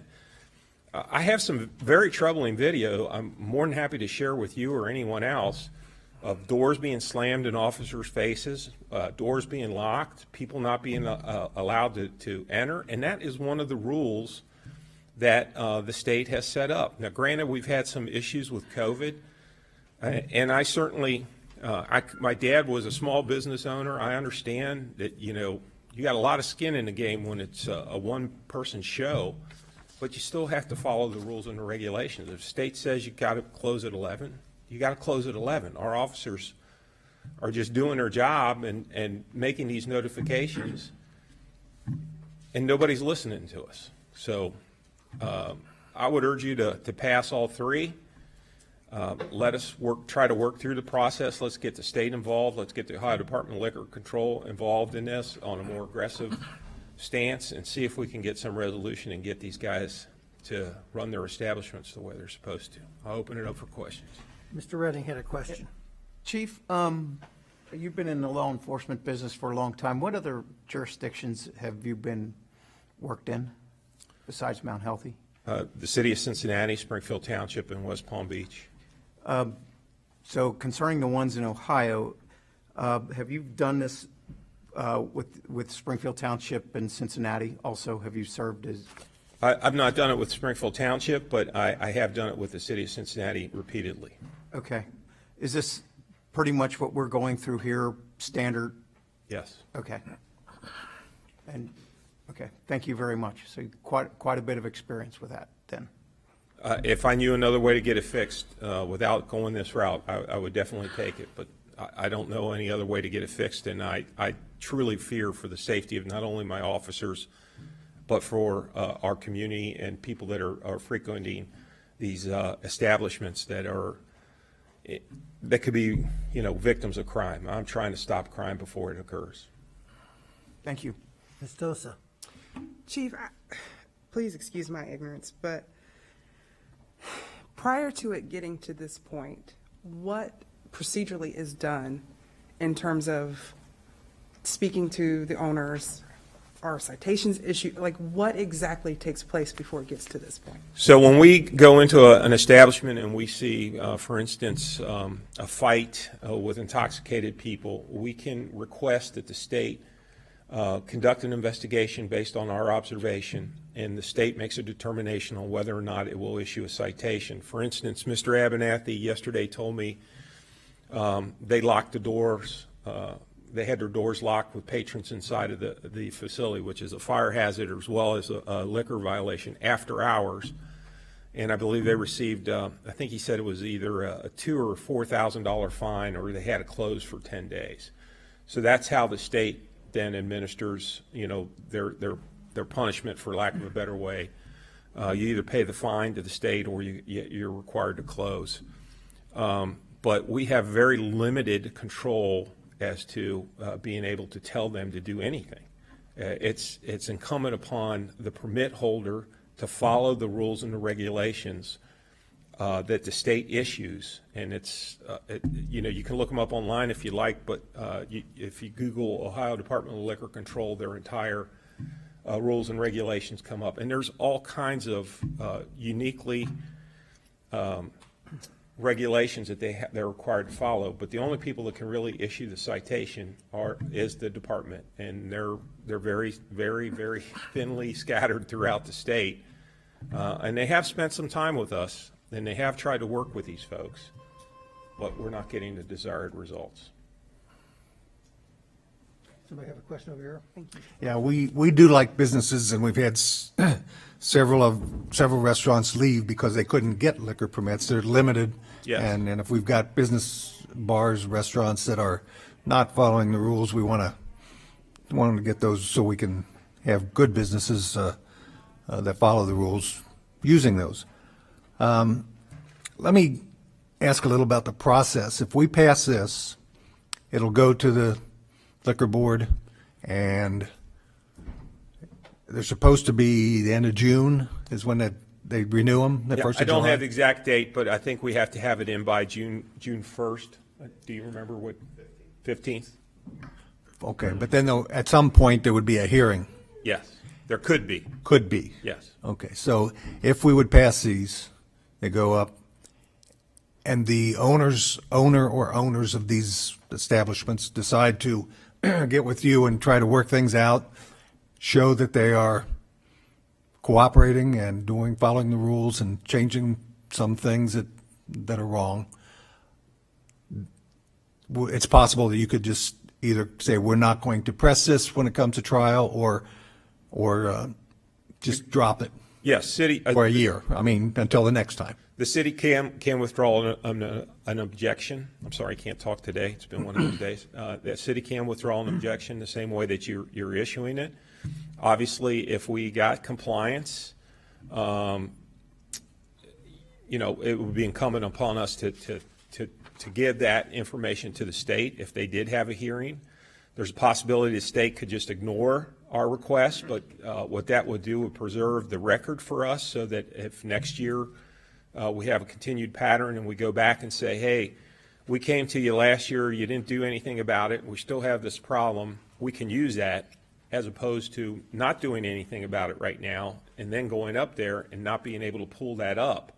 And obviously, as I mentioned before, they're in the business of issuing licenses and keeping their revenue going as well. So it becomes really, really important, especially in this very complex bureaucracy that they've created up there.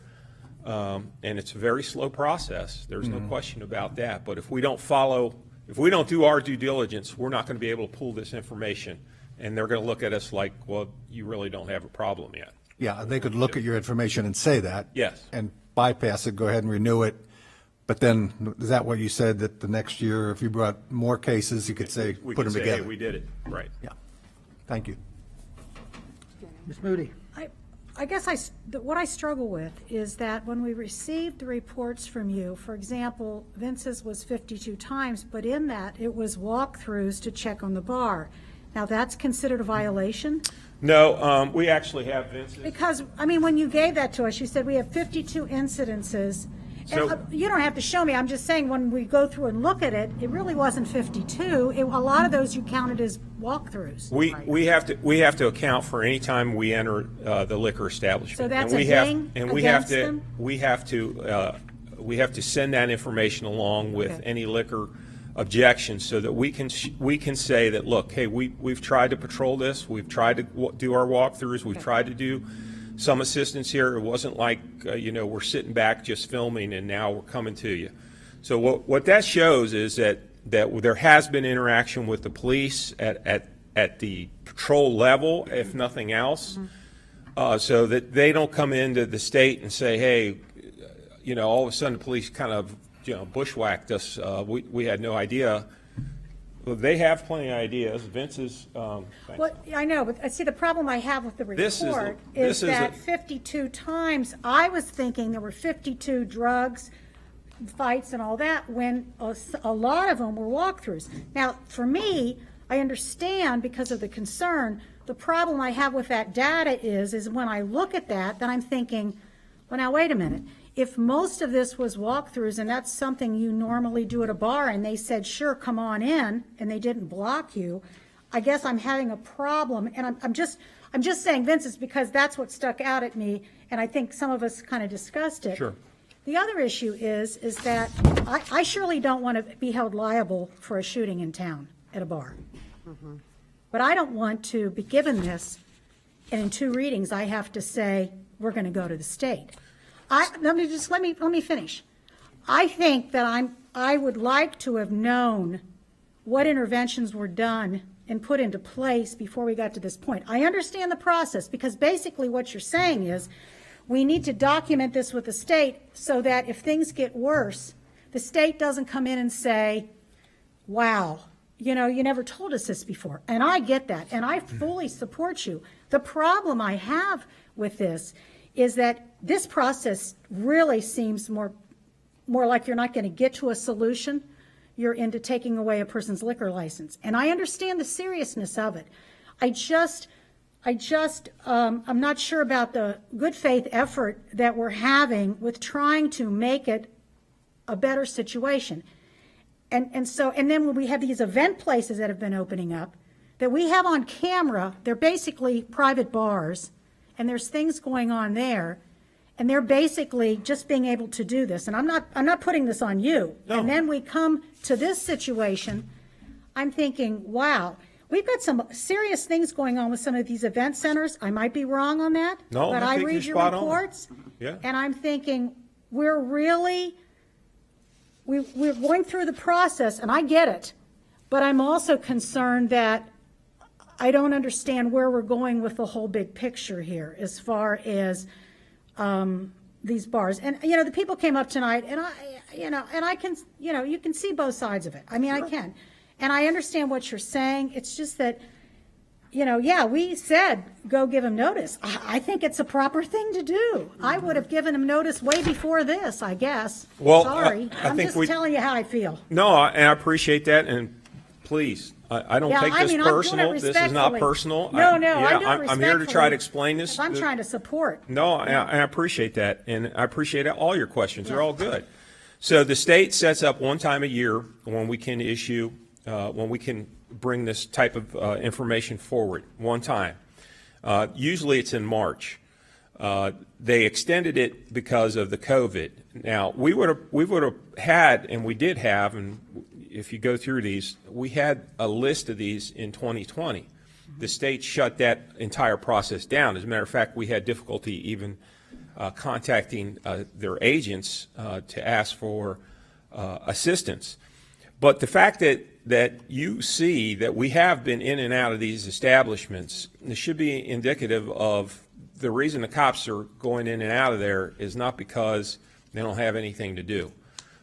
It's because there are issues, and that information can come to the officer in a whole bunch of different ways.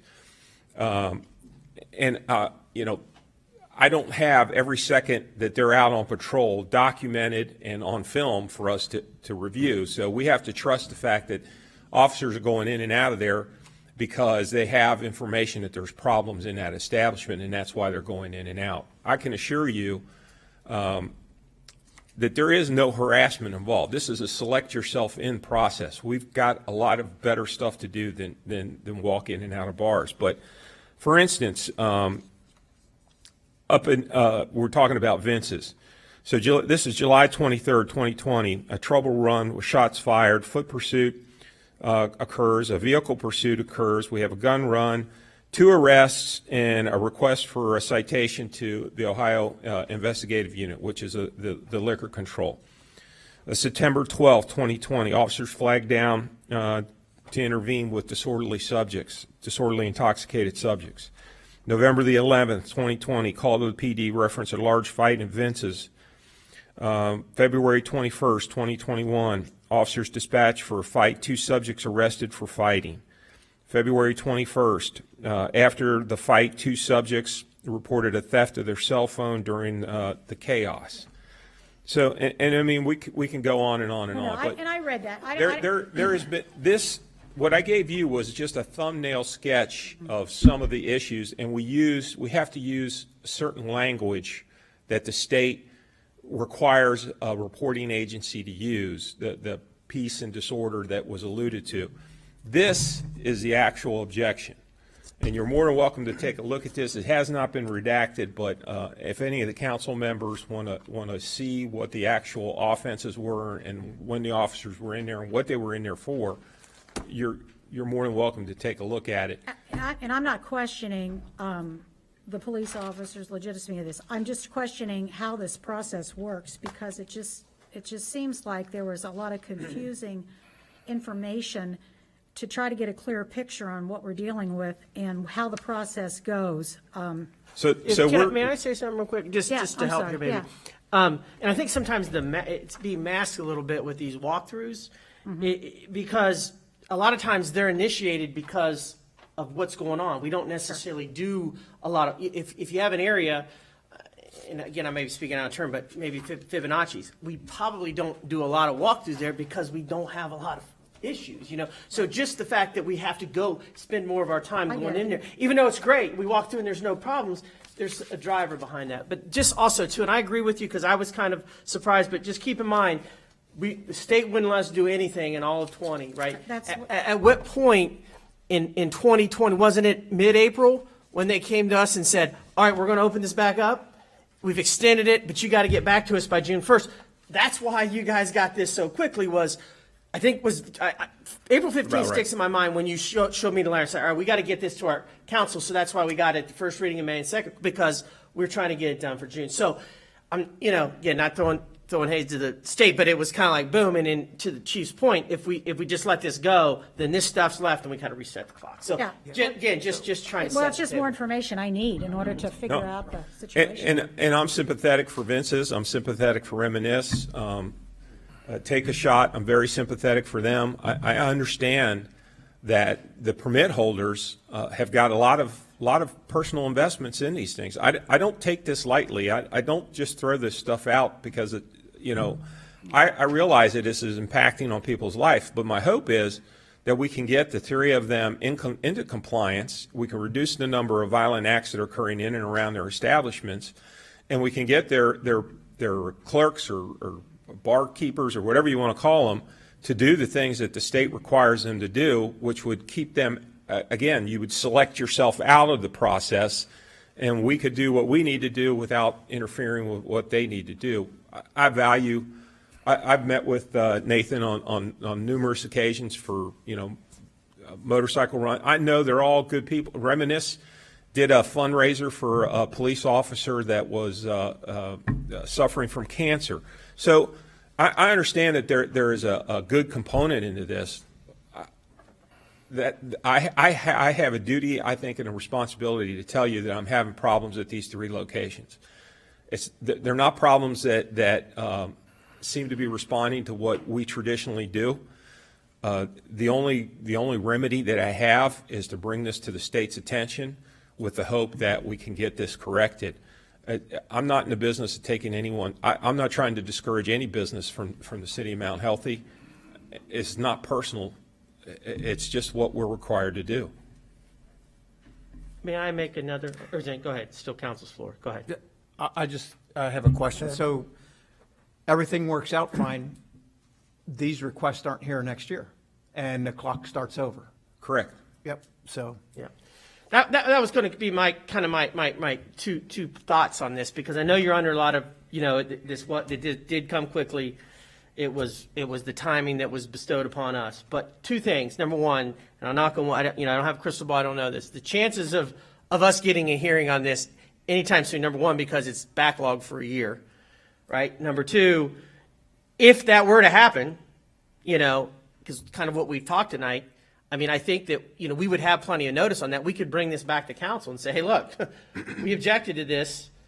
Here's where we're at. The chances of that happening, I think, would be very, very slim. We could, the chief could give you that pledge. The second thing would be, why don't we, if you do consider this tonight and pass it, why don't we come back in November for an update of this is where we're at, again, so that you guys aren't taken back and, hey, things haven't changed or whatever.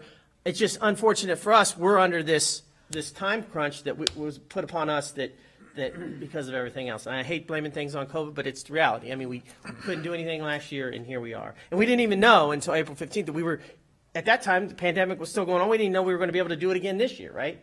So that's kind of the timing things. sorry, one more question, or Keisha. Go ahead, Keisha. Just so that I'm clear, what this will allow is for you to give that documentation and information to the state and allow for them to then in turn put pressure on these three businesses to adhere to whatever they put in place by a certain time frame.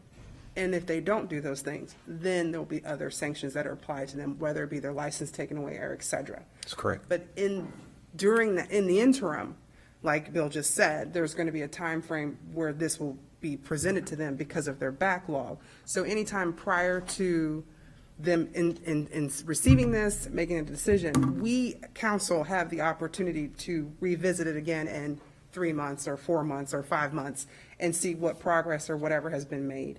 That's absolutely correct, and my hope would be that council, through the city manager or myself or whomever you guys decide would be best to do this, work with all three establishments to try to gain some level of compliance so that we can withdraw. I would love nothing more to be able to say, hey, I think we've got everything fixed. But the only person that has the power to fix the problems that we have You said is, already, it's the permit holder. is the permit holder. Now, here's And- that other part of that. And the permit holder, in at least one of the cases, doesn't really want to talk to us, even though we've sent letters and asked. I'm sorry to interrupt you. No, also. I want to not forget my thought process. It's been a long day. So the other part to that, to my question is, what has been provided to, as you say, permit holders, the things that they need to accomplish or do for this to go away? The resource, the best resource that I have available, readily available, is the state provides training and retraining for their employees themselves, because the laws change constantly, so they can refresh themselves. They can understand what's now required and what's not. That's one avenue. The Urban League, I believe, will support entrepreneurs that are working with assistance. I haven't spoken with Kim, but I would imagine our business association would probably be a good resource to help them maybe find some successful bar owners that they could replicate what those bar owners are doing and how they're doing things, so that they can maybe incorporate that into their business plans as well.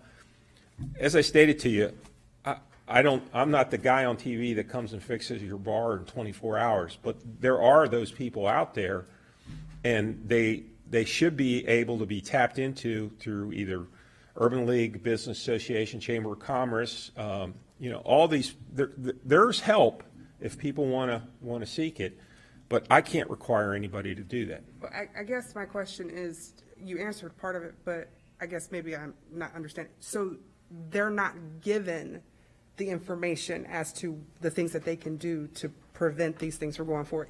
You're making it the permit holder's responsibility to figure out what that is and then fix it. They're not told, here's the resources that you can utilize to go and get this. Do you understand what I'm asking? Yes. So yes, to answer your question, it's not incumbent upon me to go say, hey, let's have a powwow, because I have no authority to do that. I have no legal standing to do that. Now, have I met with bar owners? Yes, and I primarily focus, as I mentioned, on the permit holders. If somebody wants to come in and what's the problem? Mr. Abernathy and I had a great conversation yesterday.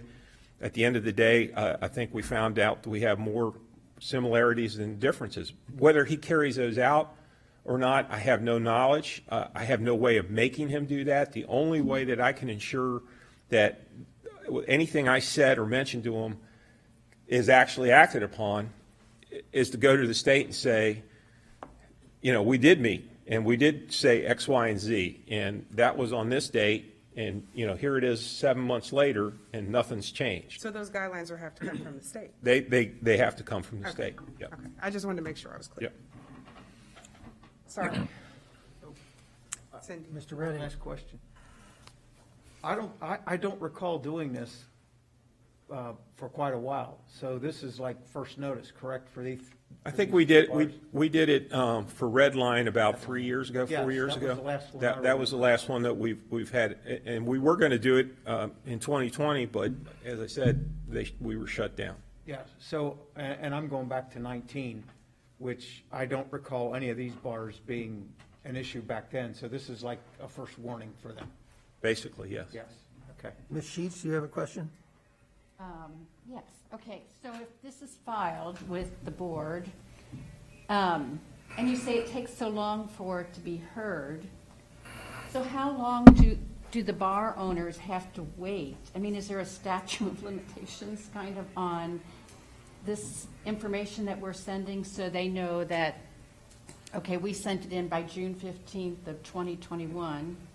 If they've not heard anything by June 15th, 2022, that it's okay. So, I mean, how long do they have to wait, and maybe you can't answer that because you're not that board, to know the outcome of the license? Or is it when they renew their license, it's either renewed or not? So that's exactly what we're doing right now. We're creating a record. We're sending a record to the state. It's up to their regulatory authority to have the hearing. Usually it's in a timely fashion. I think Redline took us about 2 years worth of work to get it in and to have it actually sustained. There were multiple hearings along the way, a lot of meetings with the attorneys along the way to try to resolve whatever the issues are before it actually got to the hearing stage. But Redline was very much involved with that process then? Yes. They knew it, and the State Liquor Board was very involved with that? Once we objected, the state then took kind of control of the process. They made notifications, there were hearings, and we had to send witnesses up to Columbus to testify multiple times. I think two or three different times that we actually took half of the community up there with us to say we're having problems here. Right. Or they could do nothing, right? They could do nothing. They could just say, okay, duly noted. Thank you. We just don't know what it could happen, and I guess. But they keep the bar in the loop with that, right? As long as they're issuing them liquor, if they license, issue them a new license, they know they're good to go. Yeah. It's a convoluted process. There's no question about that, and there's a lot of bureaucracy you got to work through, and part of my job is to make sure that we're at least meeting our timelines and we're doing our due diligence. I just have a couple questions. Since these are 3 separate ones, do you mind telling us which permit holder hasn't spoken to you? Yeah. Reminisce. That's helpful. Okay. And then I was just looking, and I watched video of Reminisce, a couple of them. Reminisce has denied entry. Take a Shot has denied entry. And we have those records in our packets. Has Vince's denied entry? Never. Okay. And then the last thing, a couple of them you mentioned rapes and shootings, but those aren't in here. Are there? The reports of the rape offenses and this different sexual conduct, excuse me, are in our. These are the actual objections. That's just a thumbnail sketch. Could you tell us which ones have? That's just really serious to me. Like which ones have rape? Mm-hmm. We had a rape incident reported to us from Vince's. Okay.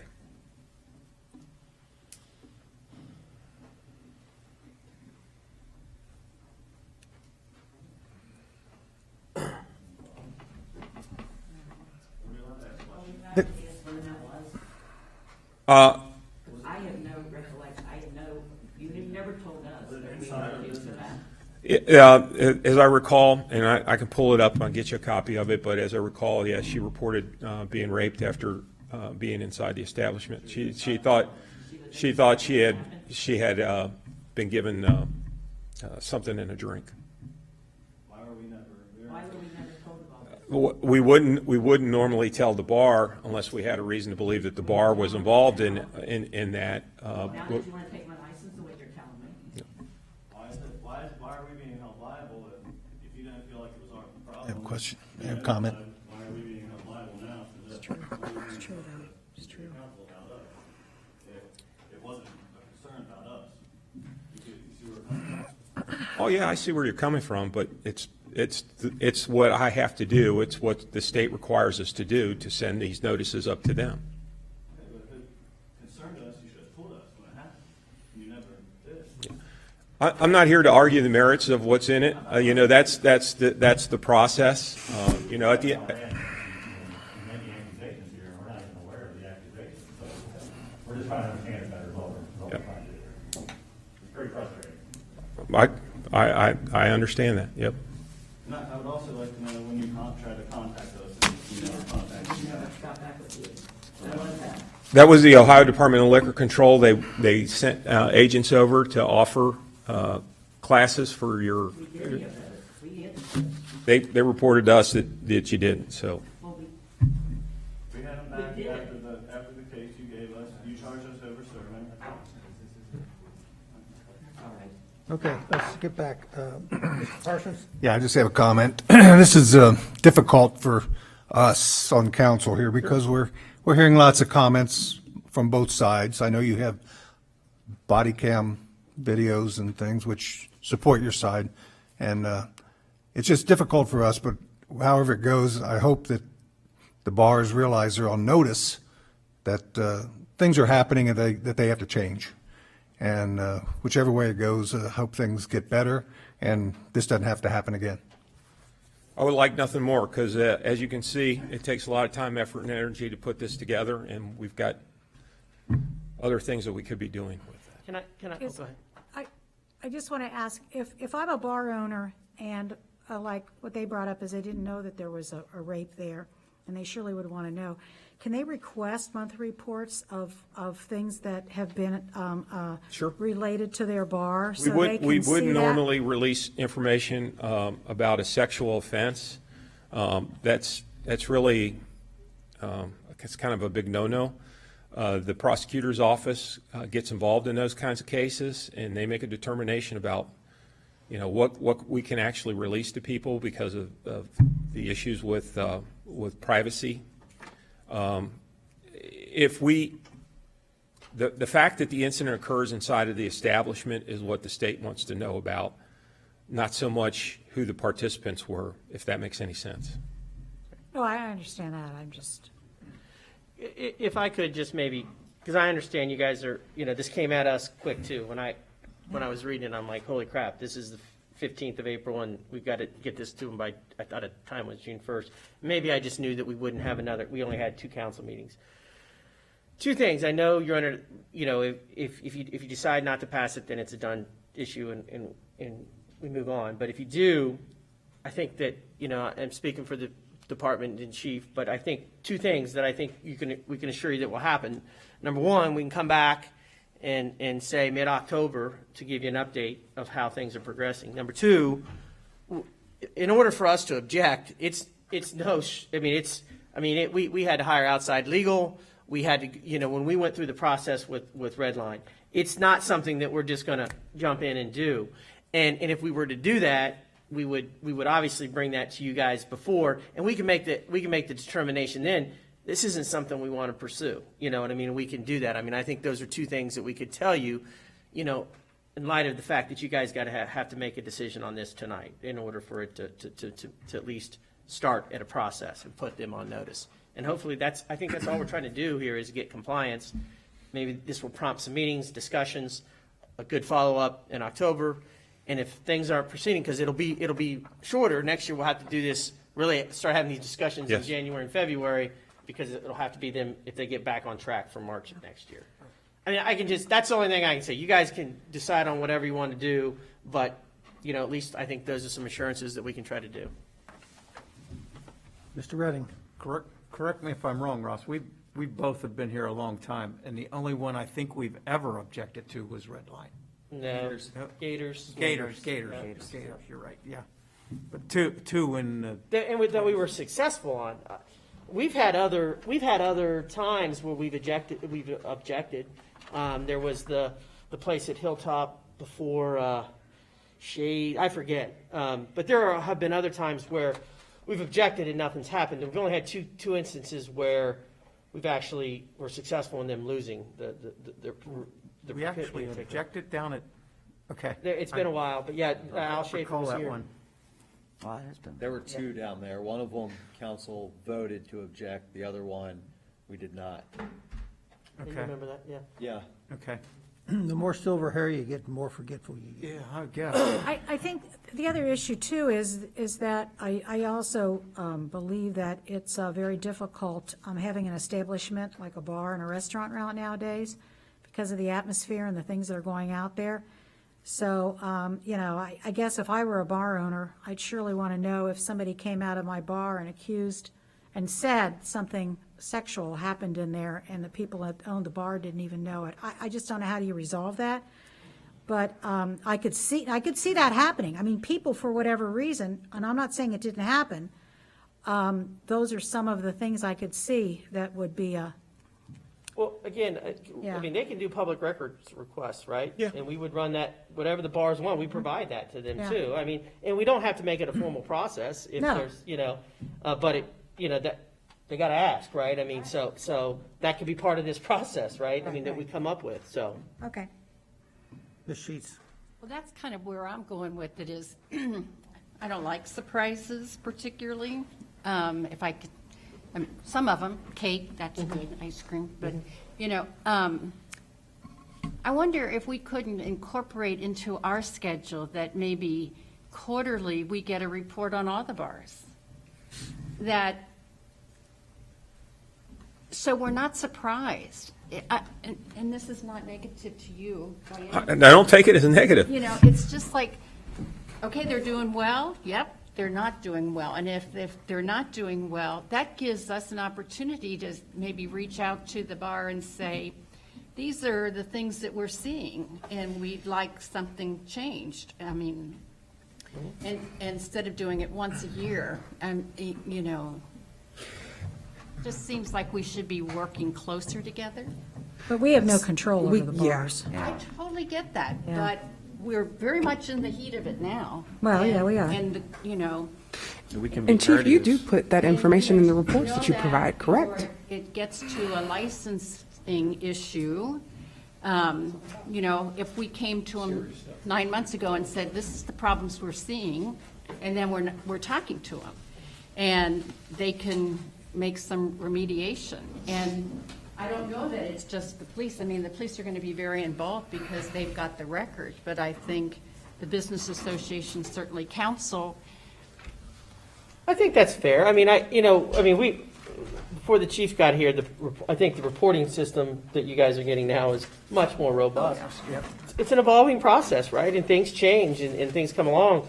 And I don't want to get in, I don't want to, we have enough administrative tasks, but to your point, some kind of an add-on to the report that says, this, we're seeing a trend in this bar, we're seeing concerns in here, again, not having somebody pull, tons of paper and reports and things, unless it becomes a concern and council asks for it. So I think that's absolutely something that We don't have that many bars that we couldn't pull that kind of information. But that could just be included in the report that you already. We could do a monthly report. I try to condense the monthly report as much as I can, just give you the super duper stuff, but we can incorporate, we can modify it any way you want. It's your report. I'm happy to provide it for you. Well, I love your monthly report, and I said at the last meeting, I was surprised that Vince's was in here, because I've seen Take a Shot in your report, I've seen Reminisce in your report, but just never saw Vince's in. Yeah, by and large, Vince's problem, and I know they're all here, Vince's problem is they're allowing people in there, especially later on in the evening, that are intoxicated. Coming in intoxicated. Yeah. So, I mean, what we see from Vince's primarily are fights, and, that wouldn't make it into your monthly report. Oh, I understand. So,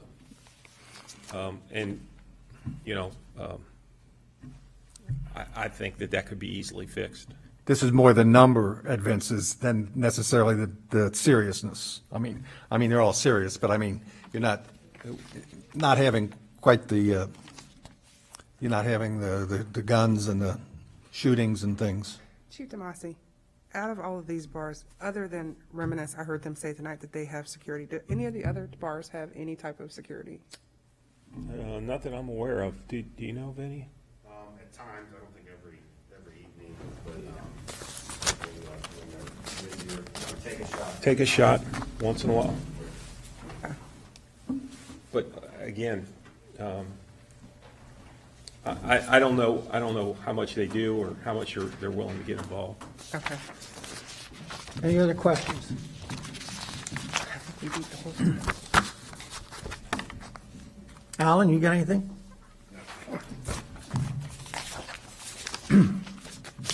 Okay, then I guess we'll move on with the resolutions. Thank you. Thank you. Thank you. Chief, appreciate your patience and time.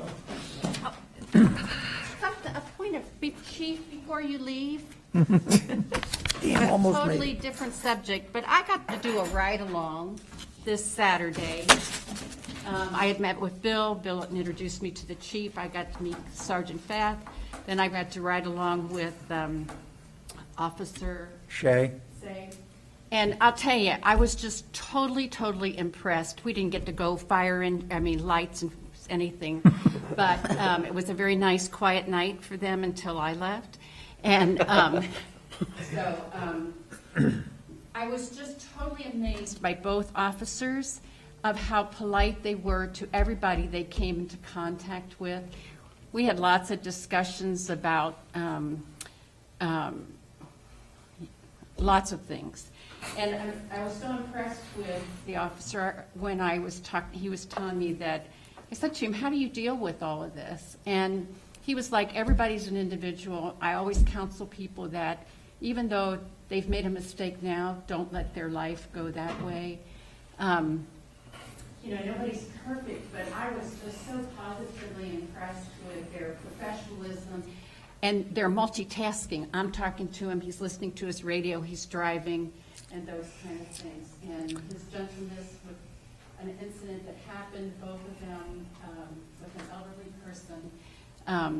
And I only saw really the good things. You know, we did a traffic stop, but, you know, we weren't involved in anything violent or really ugly, so I didn't see that. But I was just amazed by, and it makes me feel good because I walk a lot in dark, and so it made me feel safer, and I'm trying to tell my friends I'm safe. Good, thank you. We appreciate that. I'll make sure the officer gets that feedback. We appreciate that very much. Okay. Resolution 21-1162. Resolution opposing the renewal of the Ohio Department of Liquor Control license for the business located at 7701 Hamilton Avenue, DBA Vince's Other Place, first floor, basement, and patio, owned by 7701 Hamilton Avenue LLC, and declaring an emergency. Discussion, council.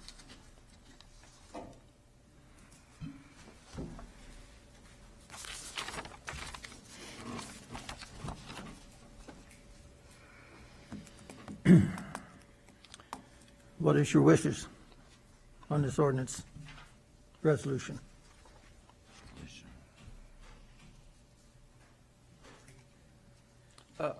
I make a motion to adopt resolution number 21-1162. Mr. Redding has made a motion to adopt. Is there a second? I'll second it so we can. Ms. vote Sheets. on Mrs. Lingo, Aye. Mrs. Moody, Aye. Mr. Parsons, Aye. Mr. Redding, Aye. Mrs. Dosa, Aye. Mr. George, No. Ms. Sheets. Aye. Okay, by a vote of 6-1, resolution number 21-1162 is adopted. Next one up is resolution number 21-1163, a resolution opposing the renewal of the Ohio Department of Liquor Control license for the business located at 8134 Hamilton Avenue and patio DBA Reminisce Sports Cafe, and declaring an emergency. Discussion, council. I have something I want to add with Reminisce. Just because a comment was made that she has reached out to me. She has not reached out to me. I have not gotten a phone call. I get messages, emails from Mel. I get emails from Ray telling me when people call up here for me. I've been in conversation with Mr. Abernathy and with Mr. Valentino. I have not been contacted by Reminisce. So I just want to state that that is not accurate. I did receive calls from 2 state representatives because Reminisce complained to them that we were racially discriminating against them. And I've had multiple conversations with Representative Ingram, including today, about that.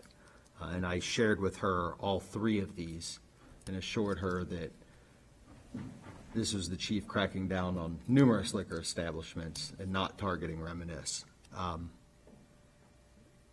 I have watched video of Reminisce denying entry, Reminisce being open after the COVID timelines.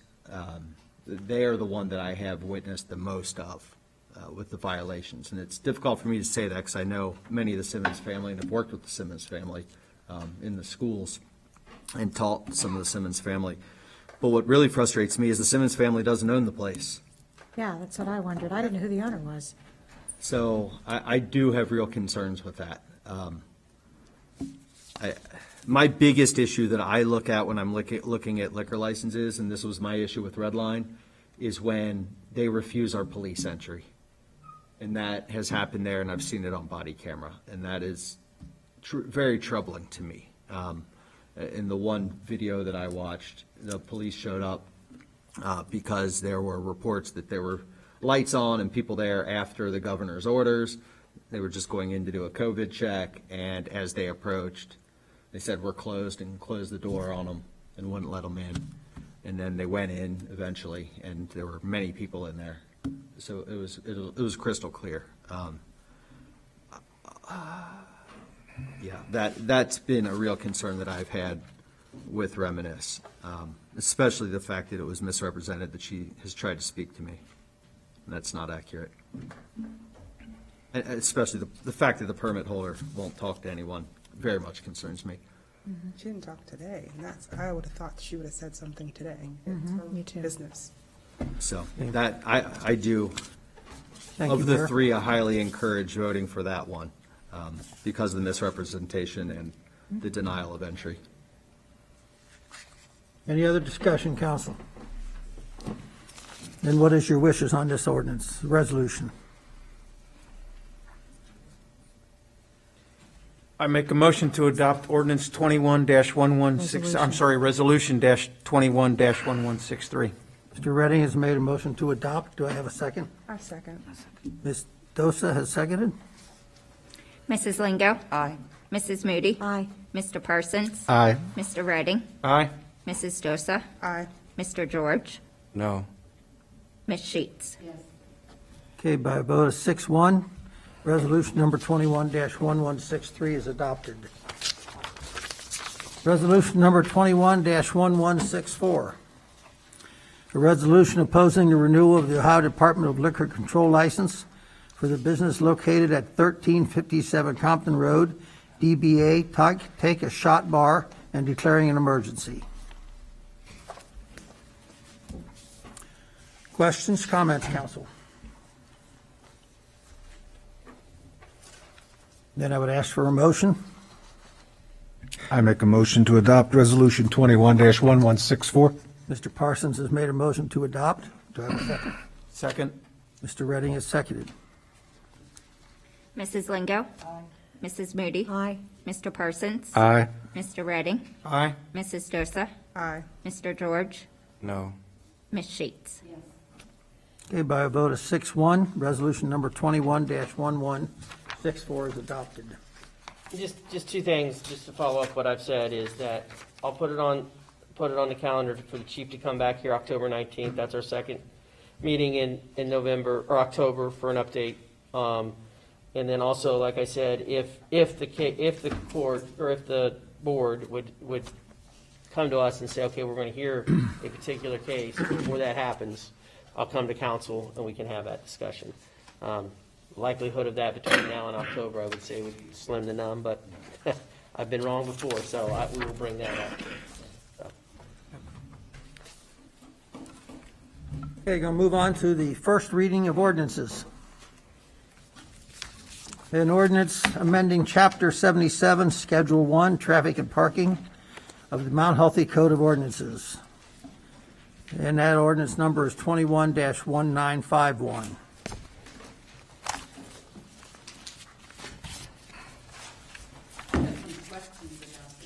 Ms. Sheets? I mean, when I read through it, it seems like there's a lot of duplication on I didn't draw up a map and mark them all out, but when you look at page 2 of 4, and you get down to the bottom, count up 1, 2, 3, 4 lines, you have Hamilton Avenue, you don't have east, west, north, south, whatever, and the next block is empty. And then it talks about 2-hour parking limit between 6 a.m. and 6 p.m. So that appears to me that that's already on the books. And unless I'm reading it wrong. And I think the whole thing needs to be reviewed. I think we need parking signs up there. I guess my question at this point is, we had talked about from 7 a.m. to 5 p.m., but do we already have on the books 6 a.m. to 6 p.m.? And do we go with that? And where in Hamilton Avenue are they talking about? The one that's got the dashes? Yes. Well, that was rescinded a couple of years ago when, How do I know that? It's well, it still on? doesn't have a place. It's other than Hamilton Avenue. I mean, the first column is the north or south or the east or the west side, and the other one is where it is from and to, and there's nothing there. So it should be taken off. You're right. I mean, we've had this discussion before. I mean, this went to committee a while ago. I Well, we think. talked about it tonight, and we have some changes to make to it. Maybe that's what we ought to do first. I know that's where Joe started off, and I think he was going to try to maybe update us on some things, and maybe we can make that happen. We're only asking for a first reading on this anyway tonight. But the changes that we talked about are in red at the end, correct? Correct. Yes. And the other things, like there's the motel listed a couple times. There is no motel. It was. I know, but what I'm saying is that, are we interested in getting the three red, or do we need to redo this whole thing? This whole Chapter 77, Schedule 1? Because there's some things on there that are not relevant anymore. Mr. Redding, you going to take over here? We certainly can review every line of this, if you would like. Well, I mean, I want the business district to be Just covered it's just this dated. year. Yes. But I think, and I'm just going back to, I think it was 2 hours parking everywhere, but then you get to the additional lines of Hamilton Avenue, the three that we're adding would be 1 hour. So, yeah, because and there's other items that Bob and I discussed today that are also quite dated. And Denise, the committee meeting. And Denise, I'm sorry, yes. Well, I called Bill today too, earlier, about it, and he said, well, we're dealing with the three in the red tonight. Well, I get it, but I guess the whole section in the ordinance, Chapter 77, needs to be relooked at. Well, here, if I may, if the committee has some suggestions, I mean, we can take a first reading on the ordinance as, tonight with any modifications that they've seen tonight, and we still have a month to review any other modifications that may need to happen, because I don't think we're going to be able to hear, you may have a question tonight that says, Compton Road South, or well, that's not a good, we get these measuring points. I don't, I mean, that might be something that the street department needs to go out and look at, but some of the obvious ones, yeah, I mean, the Hamilton Avenue blank, that should probably be stricken, Okay, so I didn't realize when we were doing this that this is what it all entails, which is fine. So what do I tell the business district, that maybe this wouldn't be done for 4 months or 3 months? I would take a first I don't reading on know. it. Yeah. Tonight was to take a first reading. Okay. With these changes, but if the committee saw obvious, or Right, Cindy, or you see obvious modifications, we can delete that. Well, I mean, we can hard amend to- this. No. We can take a first reading with the following amendments. Okay. To this graph, or this, whatever you want to call this, this, I guess this is what is, not a graph, it's help me, I'm getting tired here. It's a matrix. Yeah, modify any of the modifications. We got a month to revisit All right. and make it any other modifications between now and the next reading when we pass it. So here's what I did that might help. So I started on page 1. The very bottom is the first one, right? Yeah. Number them all. There is 29 of them, I vote. That's what I came up with, was 29. I numbered them all. Right. So in addition to the ones we're going to talk about now, we'll go through and check the remainder of them and make sure they make sense. Great, thanks. That's super. Thank you. I appreciate that. So, so in looking at this, we had questions about page 2. I won't do the numbers tonight, but page 2, halfway down, you see Hamilton Avenue East, Hamilton Avenue East, and Hamilton Avenue West, okay? So right below the one that says Hamilton Avenue North is where the 3 are.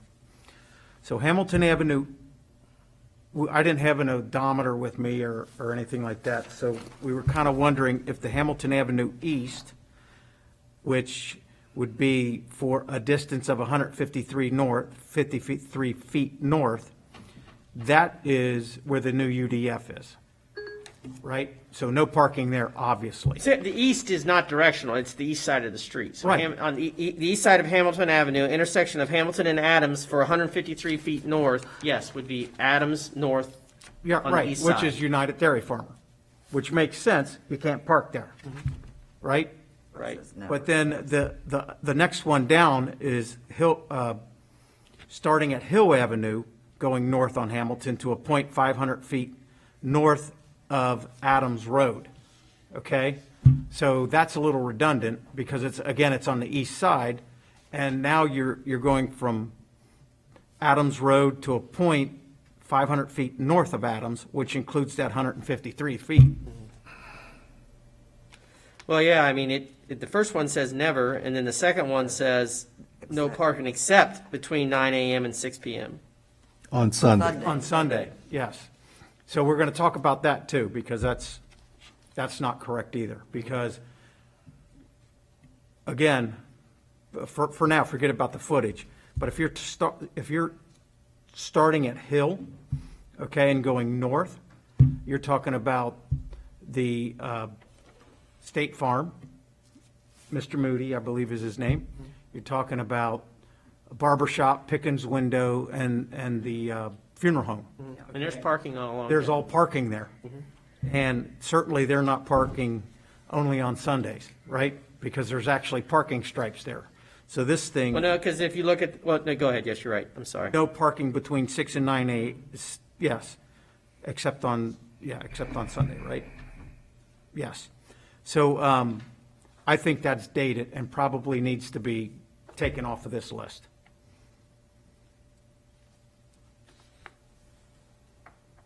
Because really, the only parking down there from what I walked today was the dairy bar, starting at the dairy bar and going north through Walgreens, through United Dairy Farmer. So, No parking. so I think that either needs to be rewritten or just taken out of there. Or stop it I think if you take at out Adams Road. if you take out the one before it and start, on this one, you say, starting at wherever it is that the dairy bar entrance is, and going north to 500 feet past Adams Road, no parking ever, then you're fine. I don't know. I think it's confusing. I think it should be two separate ones. Okay. I think it should go to Adams Road and say, no parking from the dairy bar to the corner of Adams Road, okay? And then the second one should be no parking however many feet down, because I don't think you're allowed to park anywhere on the east side of Hamilton Avenue going north, once you get north of Adams, correct? Probably not. No, No, I don't No, believe there's so. no parking. So- center turn lane, but there's no place for parking. Right. Anywhere north of Adams on Hamilton, there's no parking. Exactly, I agree. To the city limit. The city limit. To the city limit, yes. And then really from Adams Road south to the entrance of the dairy bar. Is no I parking. think, yeah, maybe it You should don't be, want to, mix the two, right? I don't think so. maybe it should be a footage or something that goes to the funeral home, but Yeah.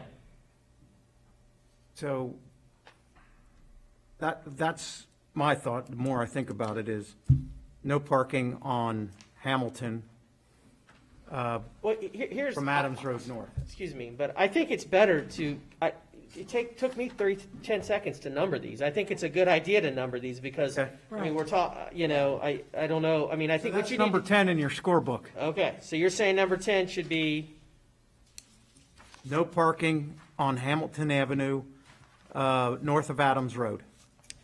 Intersection of Hamilton Avenue and Adams Road, north to the city limit. Yeah.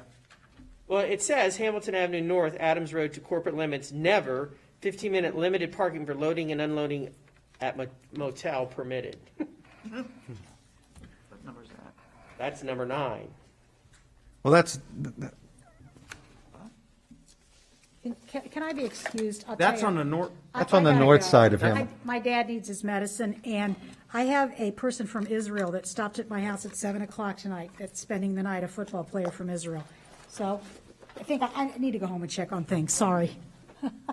Excuse me, No worries. unusual night.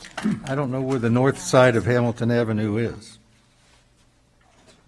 That's a good point. So, I mean, and Ross, in help me all out due here again. respect, We never we've had this a, conversation for many times. I think this whole thing needs to be relooked at. Okay. We've had this conversation. I mean, so do we want to table this then? And, no, I think you take a first reading. okay, Take a first reading, and then we can pass it as amended at our next meeting. okay. You can have another meeting. I'd rather have another meeting than just, Yeah, have it. You can have it. You can I'd have. rather it. have another subcommittee, a committee meeting. Yeah. Get it to you and make sure if we, in the street department, make sure we didn't Excellent. wordsmith anything Right. incorrectly. Excellent. And Yeah.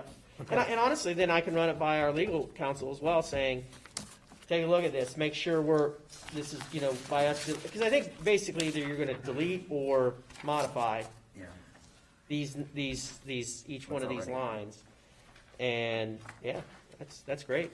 well, some may hopefully never need to be modified, or not need to be. Some of them won't be touched, right? But I think number 9 is supposed to be west side I think from it's Adams supposed to be too. all the way to the corporate line, and the one below it should be on the east side, the same thing. Right, I think number 9 should simply just say Hamilton Avenue, from east and west side, both. East and north, west. Adams to corporate limit, period. You could do that, Delete that thing, so, but yeah, I mean, we can, I think it'd be better to have a meeting, get it back to me, I'll start, I'll have Greg and the guys start reviewing this as well, they can provide information prior to your meeting, saying, yeah, this one doesn't make sense. And maybe we can provide some of these measurements, right? Because we probably should on Hamilton Avenue, east side from Adams Road south, X amount of feet, or however we're going to say that, past the dairy bar. You don't want to name the dairy bar or the Right, no, right, because it may be those something kinds of else. things. It's got to be a point. Yes. Yeah, motel. Well, the motel was on the west side of Hamilton Avenue, as I recall. Right. Yes. So you want to take a first reading, It was by and then you American want to Legion. set a meeting? Because it's 10 It o'clock. was by the American Legion. Yes. You know, what we That should do is storage put it, places now. what we should put that description as is by the trotter practice range. They would really screw them. They wouldn't know what that we were talking about. I know where that was. So, All right, yeah, that would be fine. all right. First reading, council? Yeah, But I just don't want to come back to a second reading and not, have it all. I want to make sure this gets out in time to everybody then. You know? Yeah, you need to hold your meeting and set that, and I'll get our staff working on it too, to provide you for that meeting, but really, that's where it should come from. Well, my point being is, I want it out before, we come back in June, right? If this could come out earlier than what typically our packets come out. Oh, yeah. Yeah. Well, I mean, what do you mean come out? Because the way I'm hearing, the committee's going to meet and give us direction. Yes. So, yeah, committee can meet, once you've met, then we can send that out. We can send it out saying Great. these are the proposed changes Okay. coming before you. If you got any Okay. questions, let us know. Excellent, perfect. So when That we're going works. to meet? What's that? So when are we going to meet? Well, that was what I was going to bring that up. I think we need to allow for 48 hours, correct? Yeah, yeah. And I think give staff at least a week for them to take a look at some of this and maybe give you some guidelines of measurements and different things like that, so yeah. I need a week. You need a week next Tuesday? Or later. I mean, I can't do anything till next Tuesday. Okay, great. Let's do it next Tuesday and get this done, so we're not. This retirement's working out very well. Next Tuesday at 6:15? Yep. Is that too, No, that, I can make 6:15. 6:30? Bob, are you, I don't care. okay?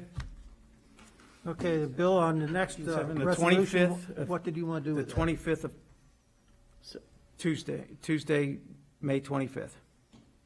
It's We're just 6:15. we weren't going to table it. What was the? Yeah, I think. First reading. All right. So, so we need to do a first reading on that first.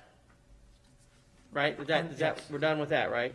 Yeah. We need to do first reading. Okay. Great. So, yeah, so then the next thing, this next legislation, you just need to do a motion to amend the agenda and remove Oh, I got that. that resolution for consideration tonight. Yep. I make a motion to amend the agenda and remove Resolution 21-1165 from the agenda. Excellent. Mr. Parsons has made a motion to remove the 21-1165 from the agenda. A second. Ms. Vingo has seconded. Voice vote? I think so, yeah. Okay. All those in favor, please signify by saying aye. Aye. Opposed? Motion carried. Old business. I make a motion to have TEC do a traffic study at Park for a stop sign and to look at parking on Adams at Joseph Street. South side of Adams, just the south side, right? That's what was in my notes. Yeah. South side of Adams at Joseph. Okay. And a stop sign at Park and Stevens. Right. He said Traffic that. study for that. Yeah. That was the first thing he said in his motion. Yeah, I didn't hear Stevens. I just heard Park. Oh, okay. Park and Stevens at Park. Okay. Okay. Mr. Parsons has made a motion about the traffic studies on Park and Stevens and Adams Road. Do I have a second? Second. Mr. Redding has seconded. All those in favor, please signify by saying aye. Aye. Opposed? Okay, motion carried on that. Any other old business, council? Regarding North Elizabeth Street, so the street committee recommends sidewalk on the west side. Isn't that what you said? Yes. Yes. Ticoon Farm. I don't think that they've officially done Yeah. anything. Okay, Yeah. No, okay. well, I think the way we That left it how was it was going when our meeting. back 2 bullet points, like I said, at our next meeting, Right. for me to work with the engineer on. Right. Yes. And that's where we're headed. It's west side. Well, And- we've now heard the residents say that if we're going to do one side, they want the east side. Mhm. I didn't hear that. That's what they said tonight, because it's further back. It Because less the yards impact are on the bigger properties. off the See, property, and that's- and it would affect less trees. That's why I wanted to point that out, is there's Well- a, 2 of the trees are on private property, right? I mean, that is what it says in there. Yes. In there, okay. The committee's aware of that, okay. Yep. Yes. if it's on the west side, 2 of the trees on the west side are private property that would be impacted. Are they the ones that want the trees taken down? Yeah, there's 2 people that want the trees that want it down, and then all the trees in front of the farm will be removed, the immature trees. Right. Because the street's gonna do that. Well, yeah, I mean, the sidewalk too, I think. I thought the ones were either on private property or close to being on private property. The 2 big ones were at the corner. No, the Hartmans, I thought Harry has one tree that might be impacted. those were on private property. I could be wrong. They had talked. They were on I mean, I guess the bottom line is, west corner. we don't have to decide that, I mean, you're gonna give me direction at the next meeting, right? Okay. I mean, right? I mean, or you can, I mean, did the That- committee? We can review it again. Well, I'm curious, it's just late. I just would like to hear the reasoning for, I mean, we got 2 quick points, but then we said we would address it now, just. I said the of west having side, it on because the if we we- have kids walking to the farm, To they the have farm. someplace to walk. On the same side as the farm, that Same was side. my, That was my reasoning for that side. And I caved, because I thought it should have been the east side.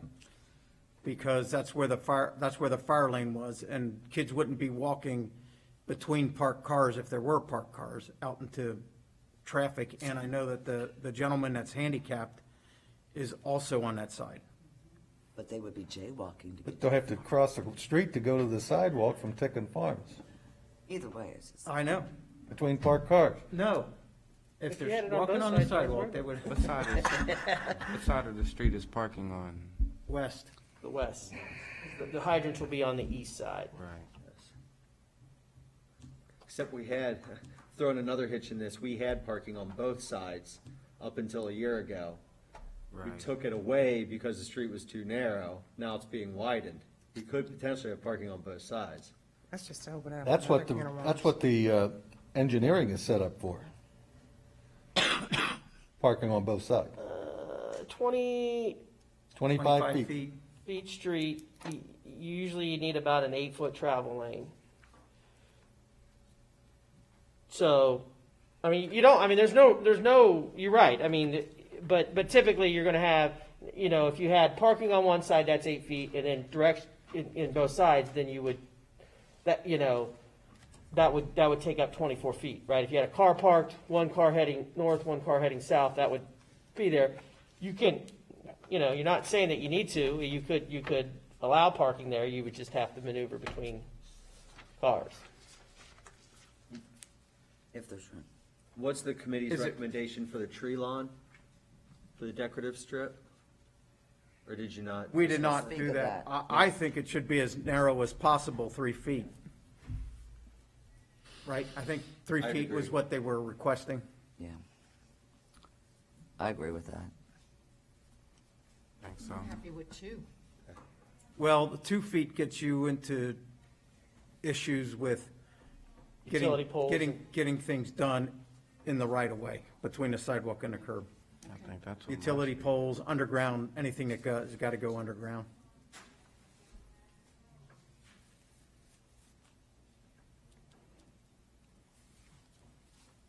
Is there more discussion on this? Have we answered your questions? I'm a little lost. So tonight, Ann said the west side. The residents said the east side. East Yeah. side.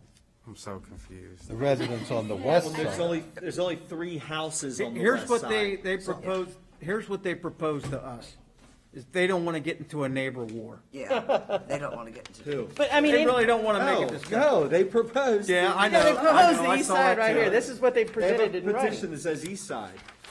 That's why. Yes. And again, That I'm came out good. after the committee meeting. That's why I just want to make sure Good everybody's with the- aware. I'm good with the east side. Or just, if you're having another, I just, we don't have to make a decision tonight. I just wanted to recognize that.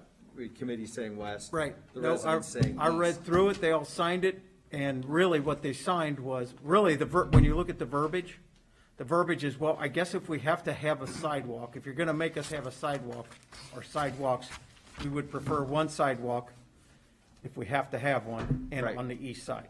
Correct. That's exactly right.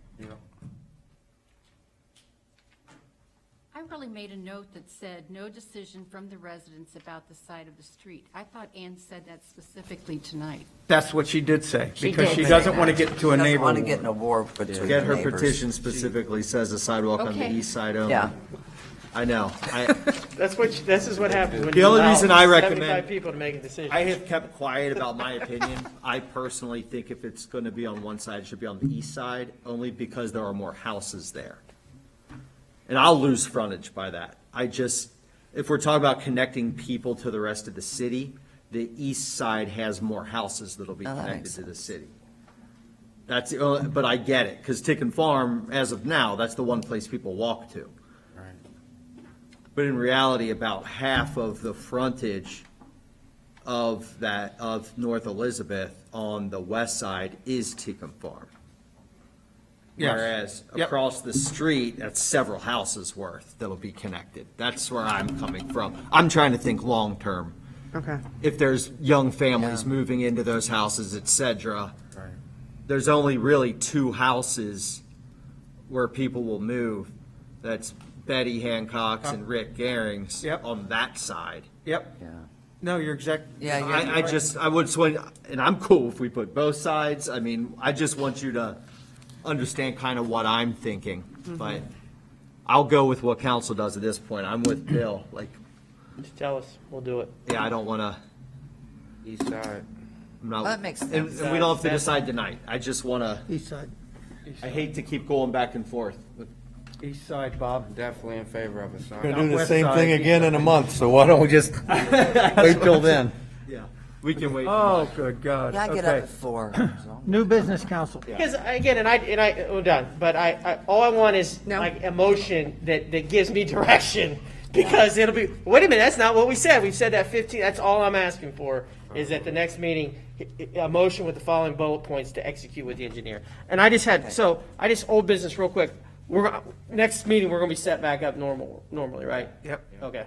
You guys back, that way you don't have to turn around anymore. Okay. Do we wear masks? Well, that I think you guys got can mine discuss. I mean, I think the mandate ends June 2nd. I think we could probably not do that either, but we'll get capacity back in here and Everybody vaccinated. Yeah. So I just want to make sure that because I need to let ICRC, because they'll come in and set it up the normal way. So are we going to leave it to individuals for masks, or How are you going to do? how are you all comfortable? I'd say at that point, I mean, no masks. I mean, it's so much easier to communicate and everything. I mean, I think by that point, hopefully everybody's had their opportunity to. Far enough away from any resident that may Yeah. not have had a vaccination, I guess. Leave it up. I think leave it up to the person's choice. Yep. Yeah. True.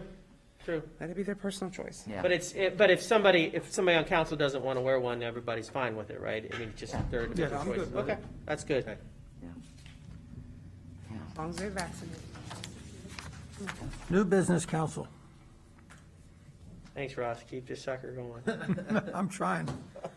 We have to talk. Reminder to council that a motion should be made about summer session. Motion. Oh, yes. That's what I was just I'm going to say. sorry, I didn't get in there. The opening of the Women's Center did happen, and 3 of us were there, and there was a nice crowd, and it's a beautiful facility. Awesome.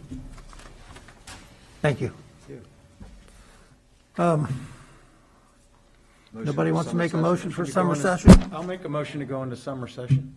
Mr. Redding has made a motion to go into summer session. Cindy, do you Means understand what? what that Yeah, means? which means what? Means we're going to have a council One meeting on the council third meeting the Sunday. third Tuesday of every month for June, July, and August. I just wanted to make sure she understood, Right. being new to council, what that meant. And for the parade, are we required to walk as council? What's Not required. Option. I have the banner, so yeah, we would love everyone to. They usually throw soft fruit. Well, you need to finish your motion. Who made the motion? I made the motion. Mr. Redding made a motion to go into summer session. I second. Which, Is the third Tuesday of June, July, and August. June, July, and August. Ms. Dosa is seconded. All those in favor, please signify by saying aye. Aye. Opposed? Motion is carried. Any other new business, council? please, no. I gotta go and feed my children. Put them to I bed. make a motion to adjourn. Ms. Lingo has made a motion to adjourn. Do I have a second? Mr. George? All those in favor? Aye. Aye. Opposed? Aye. Motion carried. Meeting is adjourned.